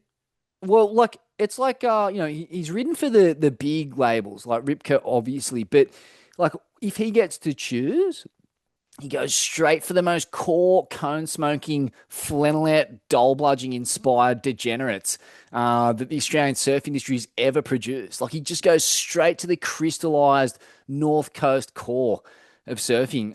So make of that what you will, but for mine, it's just a virtue signal of like he wants respect. He wants respect from the Aussie underground. He's a devotee of MF, of Kinji, and above all, he just like loves fucking a bit of grit, a bit of core. Yeah. I'm sure he's been watching Tubby fucking rip fatties and pack Mondo ropers at Stratty and elsewhere on his Instagram, and deep down he just wants to be a fucking pelagic killing, chick slaying, cone ripping Aussie core lord. Is that the deduction from all this?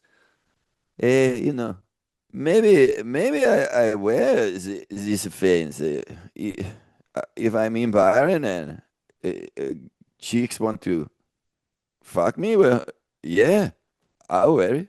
Sure, why not?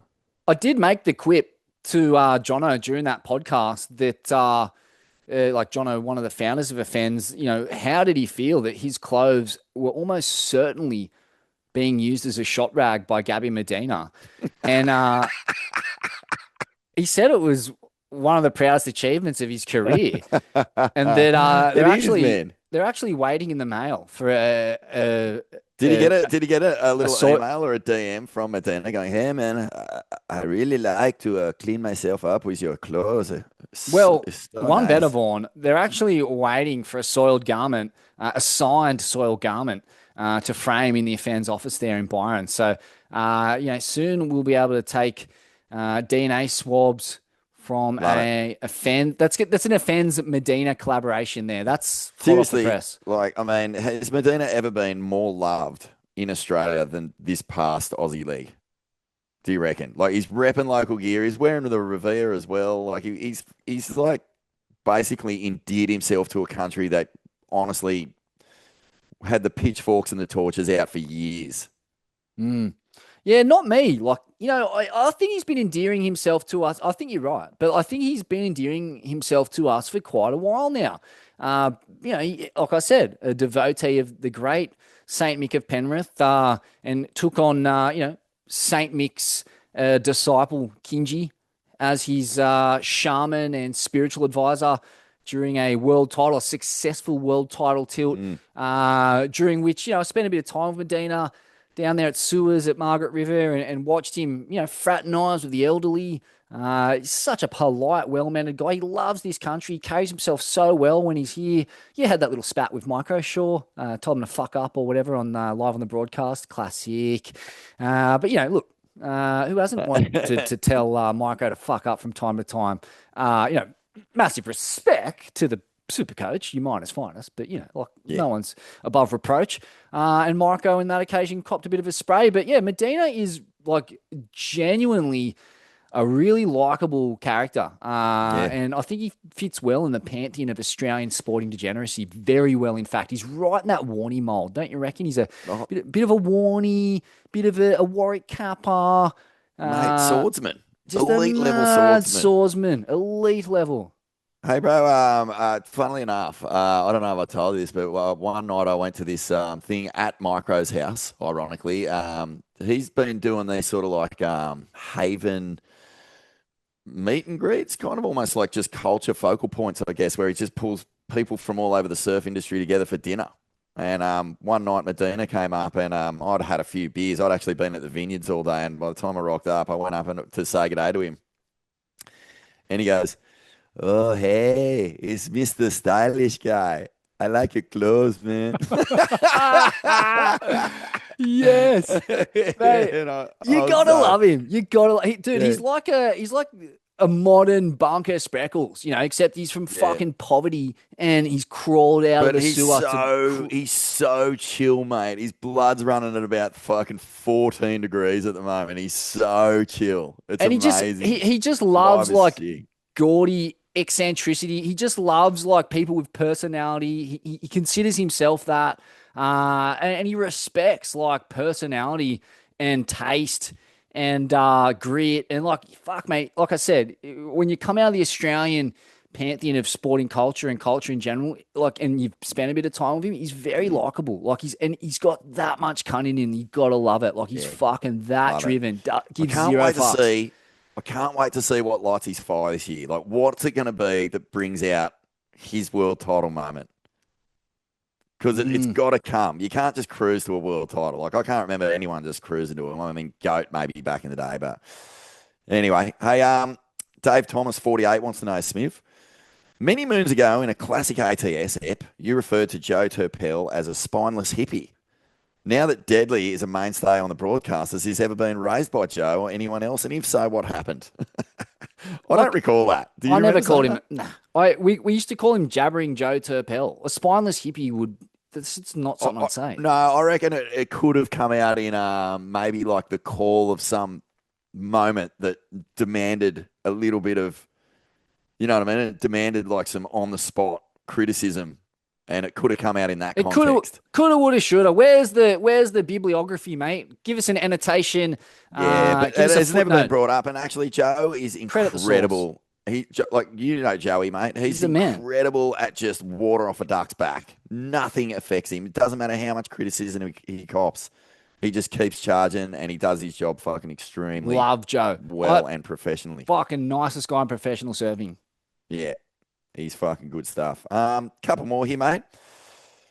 Huey Templeman wants to know, what about a novelty comp? Sticks versus Boogs out the burial grounds. Longest, deepest pit wins. Oh, I like it. Sick. How we never thought of that. That is so good. Great. Like, we've had crossover comps in the past. Remember there was like a skating surfing one in France. I think it was even skating, surfing, snowboarding. Christian Fletcher, Nate Fletcher, a few other crew in that one. But Boog Stick is a crossover comp that Are we has doing to happen. are we doing like you've got to surf on both, or it's just straight up bulls versus No, sleds? you got to be on both, is what I'm claiming. Okay, You I got to love be a that. proper crossover. So you got Noah Dean, Harry Bryant, Brett Hardy. I'm just thinking it like a couple of those Mitchy Rolls? Mitchy Rawls. I know Bo Day, the world champ. Burger went pretty good on the stick, out cloudy and elsewhere. You got the Hazza. Hawaiians. Yeah, Hazza's in there. Kainoa McGee. Oh, of course. And then you got the kind of like Chris Wan, can we pull Chris him in? White. Exactly, that's what I was thinking. Yeah, stand-up burgers. It's Paul Roach? quite odd. He's still going?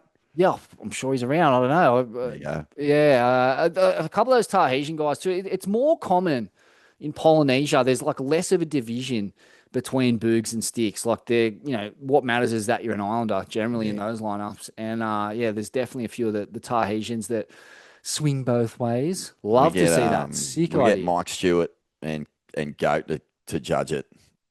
Yeah, just on that, I just want to reflect very quickly, Vaughn, on the fact that Mike Stewart is actually the real GOAT. Like, he's like actually the one who's setting the bar for longevity, and probably who Slater takes a lot of his learnings from, if not his look. They're almost like inseparable. But consider this. Mike Stewart's 10 years older than the GOAT. How fucking crazy that is. Yeah, that's mad. And he's doing it with no craft as well. Yeah. Like he's on the lid. He's winning comps. He's surfing slabs, and he's still body surfing better than fucking it's him and Rasta and old mate from Cunningham. Yeah, it's just crazy though. Like, that's the generation above Slater is Mike Stewart, and he fucking won the Shark Island Challenge, the most esteemed bodyboarding comp in the world last year at 62. Yeah, you just got to wrap insane. your head around that. It is insane. Tomo's son wants to know, does Cal Robbo have enough you-know-what to win El Sal? Now, I think he's talking about grit, but he could equally be talking about cunt. Well, he's got bucket loads of both, and the pedigree's the thing that he might be a little bit short on compared to who he's up against. It's fucking tough going out there, man. When you're up against the likes of Italo, even with a bung leg, Medina's still in the draw. Sammy Pupo looks insane out there. Sammy Pupo's like kind of a dark horse to win this thing, I think. I think Robbo is just one of those guys, though, who could just pull it out. And I'm talking about Cal. Like, some of the shit he's done. Like, if you take Yago out of the equation, he's probably had the two best buzzer beaters of the last 6 months. Yeah. He's incredibly clutch. Like, he's... Yeah. And power. Like, he can match it with anyone in the power stakes. I don't know why he struggled so much. This could be his great run. It could be his Georgie Pitar moment. He's through to the quarters. It's the best result of his year. And it could just, be a bit of a watershed moment in terms of confidence. But, fuck, man. I don't know. It's just been such tough going for the Aussies this year. Yeah, it's pretty hard to see. I'm fucking over it. Banger Spice wants to know, Smithy, would you rather surf like Jack, Ethan, Italo, or Medina?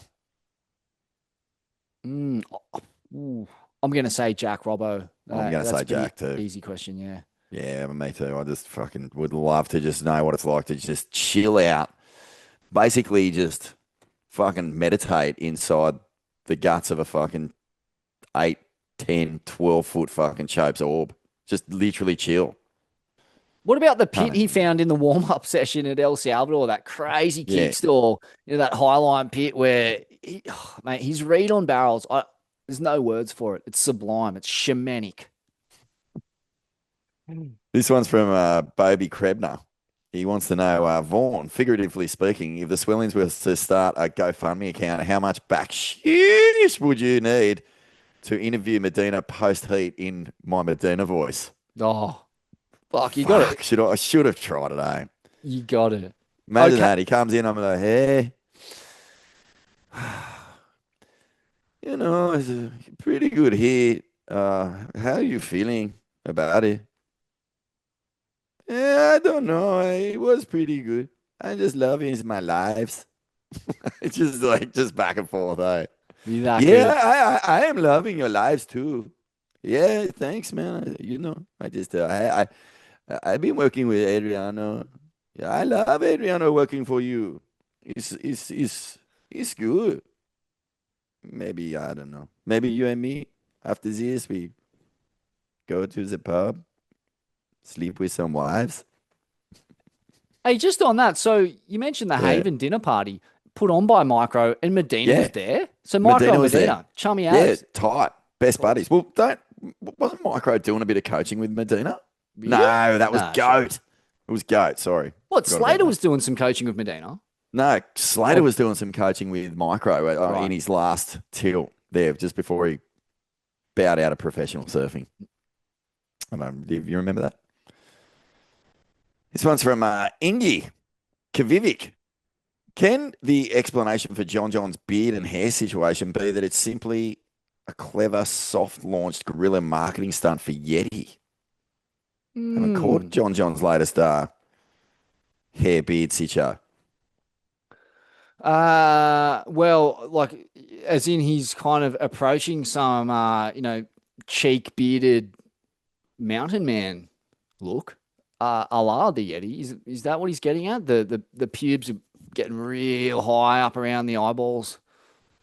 Soon to be. Is he just going full like if you take the Malloys as the blueprint of what Yeti does to a man's hair? Yes. And I mean, we could be very seriously getting to some fucking hirsute action here with John John. Because I saw Chris Malloy out there on the Goldie, and he was thick with beard and hair. And Keith, who's been making all the Yeti clips, he's got a big beard. But I think he's bald.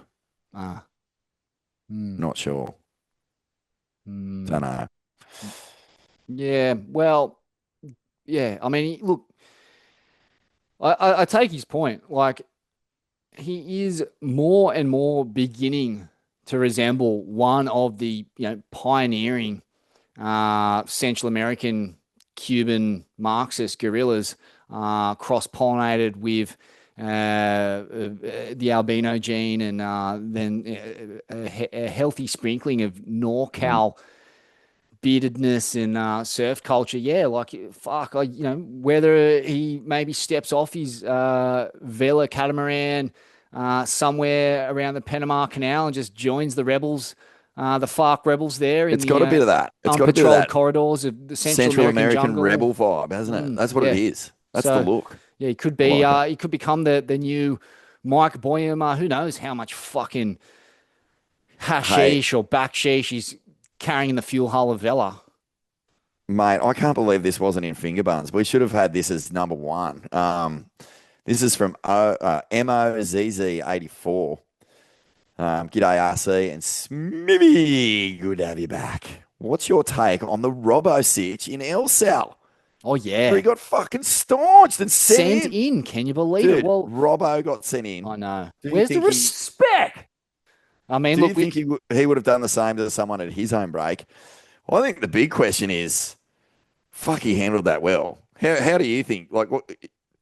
I actually didn't see the lead up. I only saw the tail end of that clip. So do you know what actually the context of it is? Yeah, he faded someone, but it's the shaman. He knows that the guy's like, pretty deep, and he's kind of the guy makes the section, but he's not in a good part of the wave, and it's just a 50-50. It's exactly what we're talking about at the top of the program. Sometimes the best surfers do get it slightly wrong. And you there's no love lost between the locals in the world tour. Put it that way. They're looking at the fucking probably the best run of swell in a century. Like it hasn't dropped below 10 foot there almost. It's been in that kind of 4 to 10 foot range, from the pre-surfs all through the contest window. The lokes have got to be fucking off that. And then, this is a country that has suffered decades of Western interference, of, coke and base smoking gangsters. Like, it's like a psycho joint. And here comes a guy just fading someone in the eyes of this local. He flicks his board at him. It's pretty skits. Fuck, it's wild. And then they get into it and he sends him in. The beauty of it, the shaman being the shaman, No, he knows. Like, he knows the game. And this is such a lesson for traveling Swellians. Yeah. Never, ever get into it with a local guy, like in a third world country. You cannot win. Just fucking go in. Don't talk to him. Just say, sorry, I'm out of here. Like if they're sending you in. And Jack being Jack and the Zen master, he's no doubt gone in and sat in his little cushion and meditated and been like, I know how I can save face here. That's hire some local frothed out grom. He's just like flooding the fucking local grom scene with boards and love and like, so this guy's basically, his board caddy is just some, local impoverished grommet. So this guy's basically, who sent Jack in, is going to be looking at a silhouette of Jack Robbo for the next 20 years. Jack's boards are going to be everywhere. There's going to be Volcom stickers coming at him from every direction. There's going to be an army of little Jacks paddling up his inside, dropping in on him. And so like, Jack's way of kind of improving the situation is just to support the local surf community, the youth, with love and kindness and equipment and a job. So well played, Robbo. Well played, mate. Yeah, wild to see him go in, though. I was doffing that. I was like, yeah, you cannot win in those scenarios, especially in the third world, mate. That's just a fucking recipe for fucking shivved at the local bar later on. It's all about shivving. It's all about knives. They come out real quick in the third world, and I've seen it go down. I've not actual knives in, but I've seen like knives swung and some of Scum Valley's finest holding a chair as a machete fucking comes down on the bamboo. And that's just at Chungu. So, can go pear-shaped. Get out of harm's way, Swellians. This is the last one, mate. This is from Nick Allen. Boys, 5 events into the year. What are we thinking about the WOS changes to round 1 and 2? Oscar Berry surfed 5 heats this year. Hasn't surfed a bad heat, but how's the bloke supposed to get any sort of rhythm when they just boot his ass back to the Goldie 30 minutes into every event? Fucking disgrace. And I'm look, if you want to win these comps, you got to beat everyone at some point. But this system ain't working, man. I don't back the fucking mini Chang at the start of every single fucking comp. Like, these guys have done the hard yards. What is this fucking dungeon that they got to climb out of? It doesn't reward good surf. Like, it doesn't reward the best surfing. It actually punishes people who aren't doing their best surfing. So I don't see what the benefit of fucking just putting your heel on the neck of these fucking guys who have dedicated their lives, and fucking half of them are probably in debt after doing the Chang. Like, it's just no reward, man. There's no, it's a heartbreaking situation, especially for Oz, who just hasn't made a heat yet. Oh, mate, it's so hard to watch. Yeah, it's an absolute design flaw in the tour. And, look, they tried something and it hasn't worked. You're almost guaranteed they're going to axe this moving forward. Yeah, they have to. It was a mad idea letting the tour elites decide the fate of the tour cellar dwellers. Like, fuck. Like, of course they're going to make it harder for them. Yeah. It's just unfair. But just reward good surfing. Whack the top seeds into round 2 and then fill out the back half of the bottom with Chang Lords and wildcards, if that's what you got to do to make the numbers work. Like, just put the top seeds in. If you put the top seeds in round 2, you're rewarding good surfing. And, like, everyone wants to get through heats so that they get that extra advantage, like a full round advantage in the extra prize money. It seems kind of simple. That's how they do the women's, and it works really good. Well said. It's a disgrace. It is a disgrace. It's a disgrace, mate. What a treat to hang and just talk surf for a couple of hours, brother. Love you, man. And have a great trip to Indo. Be safe over there. Thanks, brother. Will do. And it's always a pleasure to wag chins with you, mate. Love your insights, and more of it. Likewise, man. I reckon we're gonna drop the clutch. We're gonna go pretty hard over the next few weeks, just chin wagging, I reckon. Wag on. Let's do it.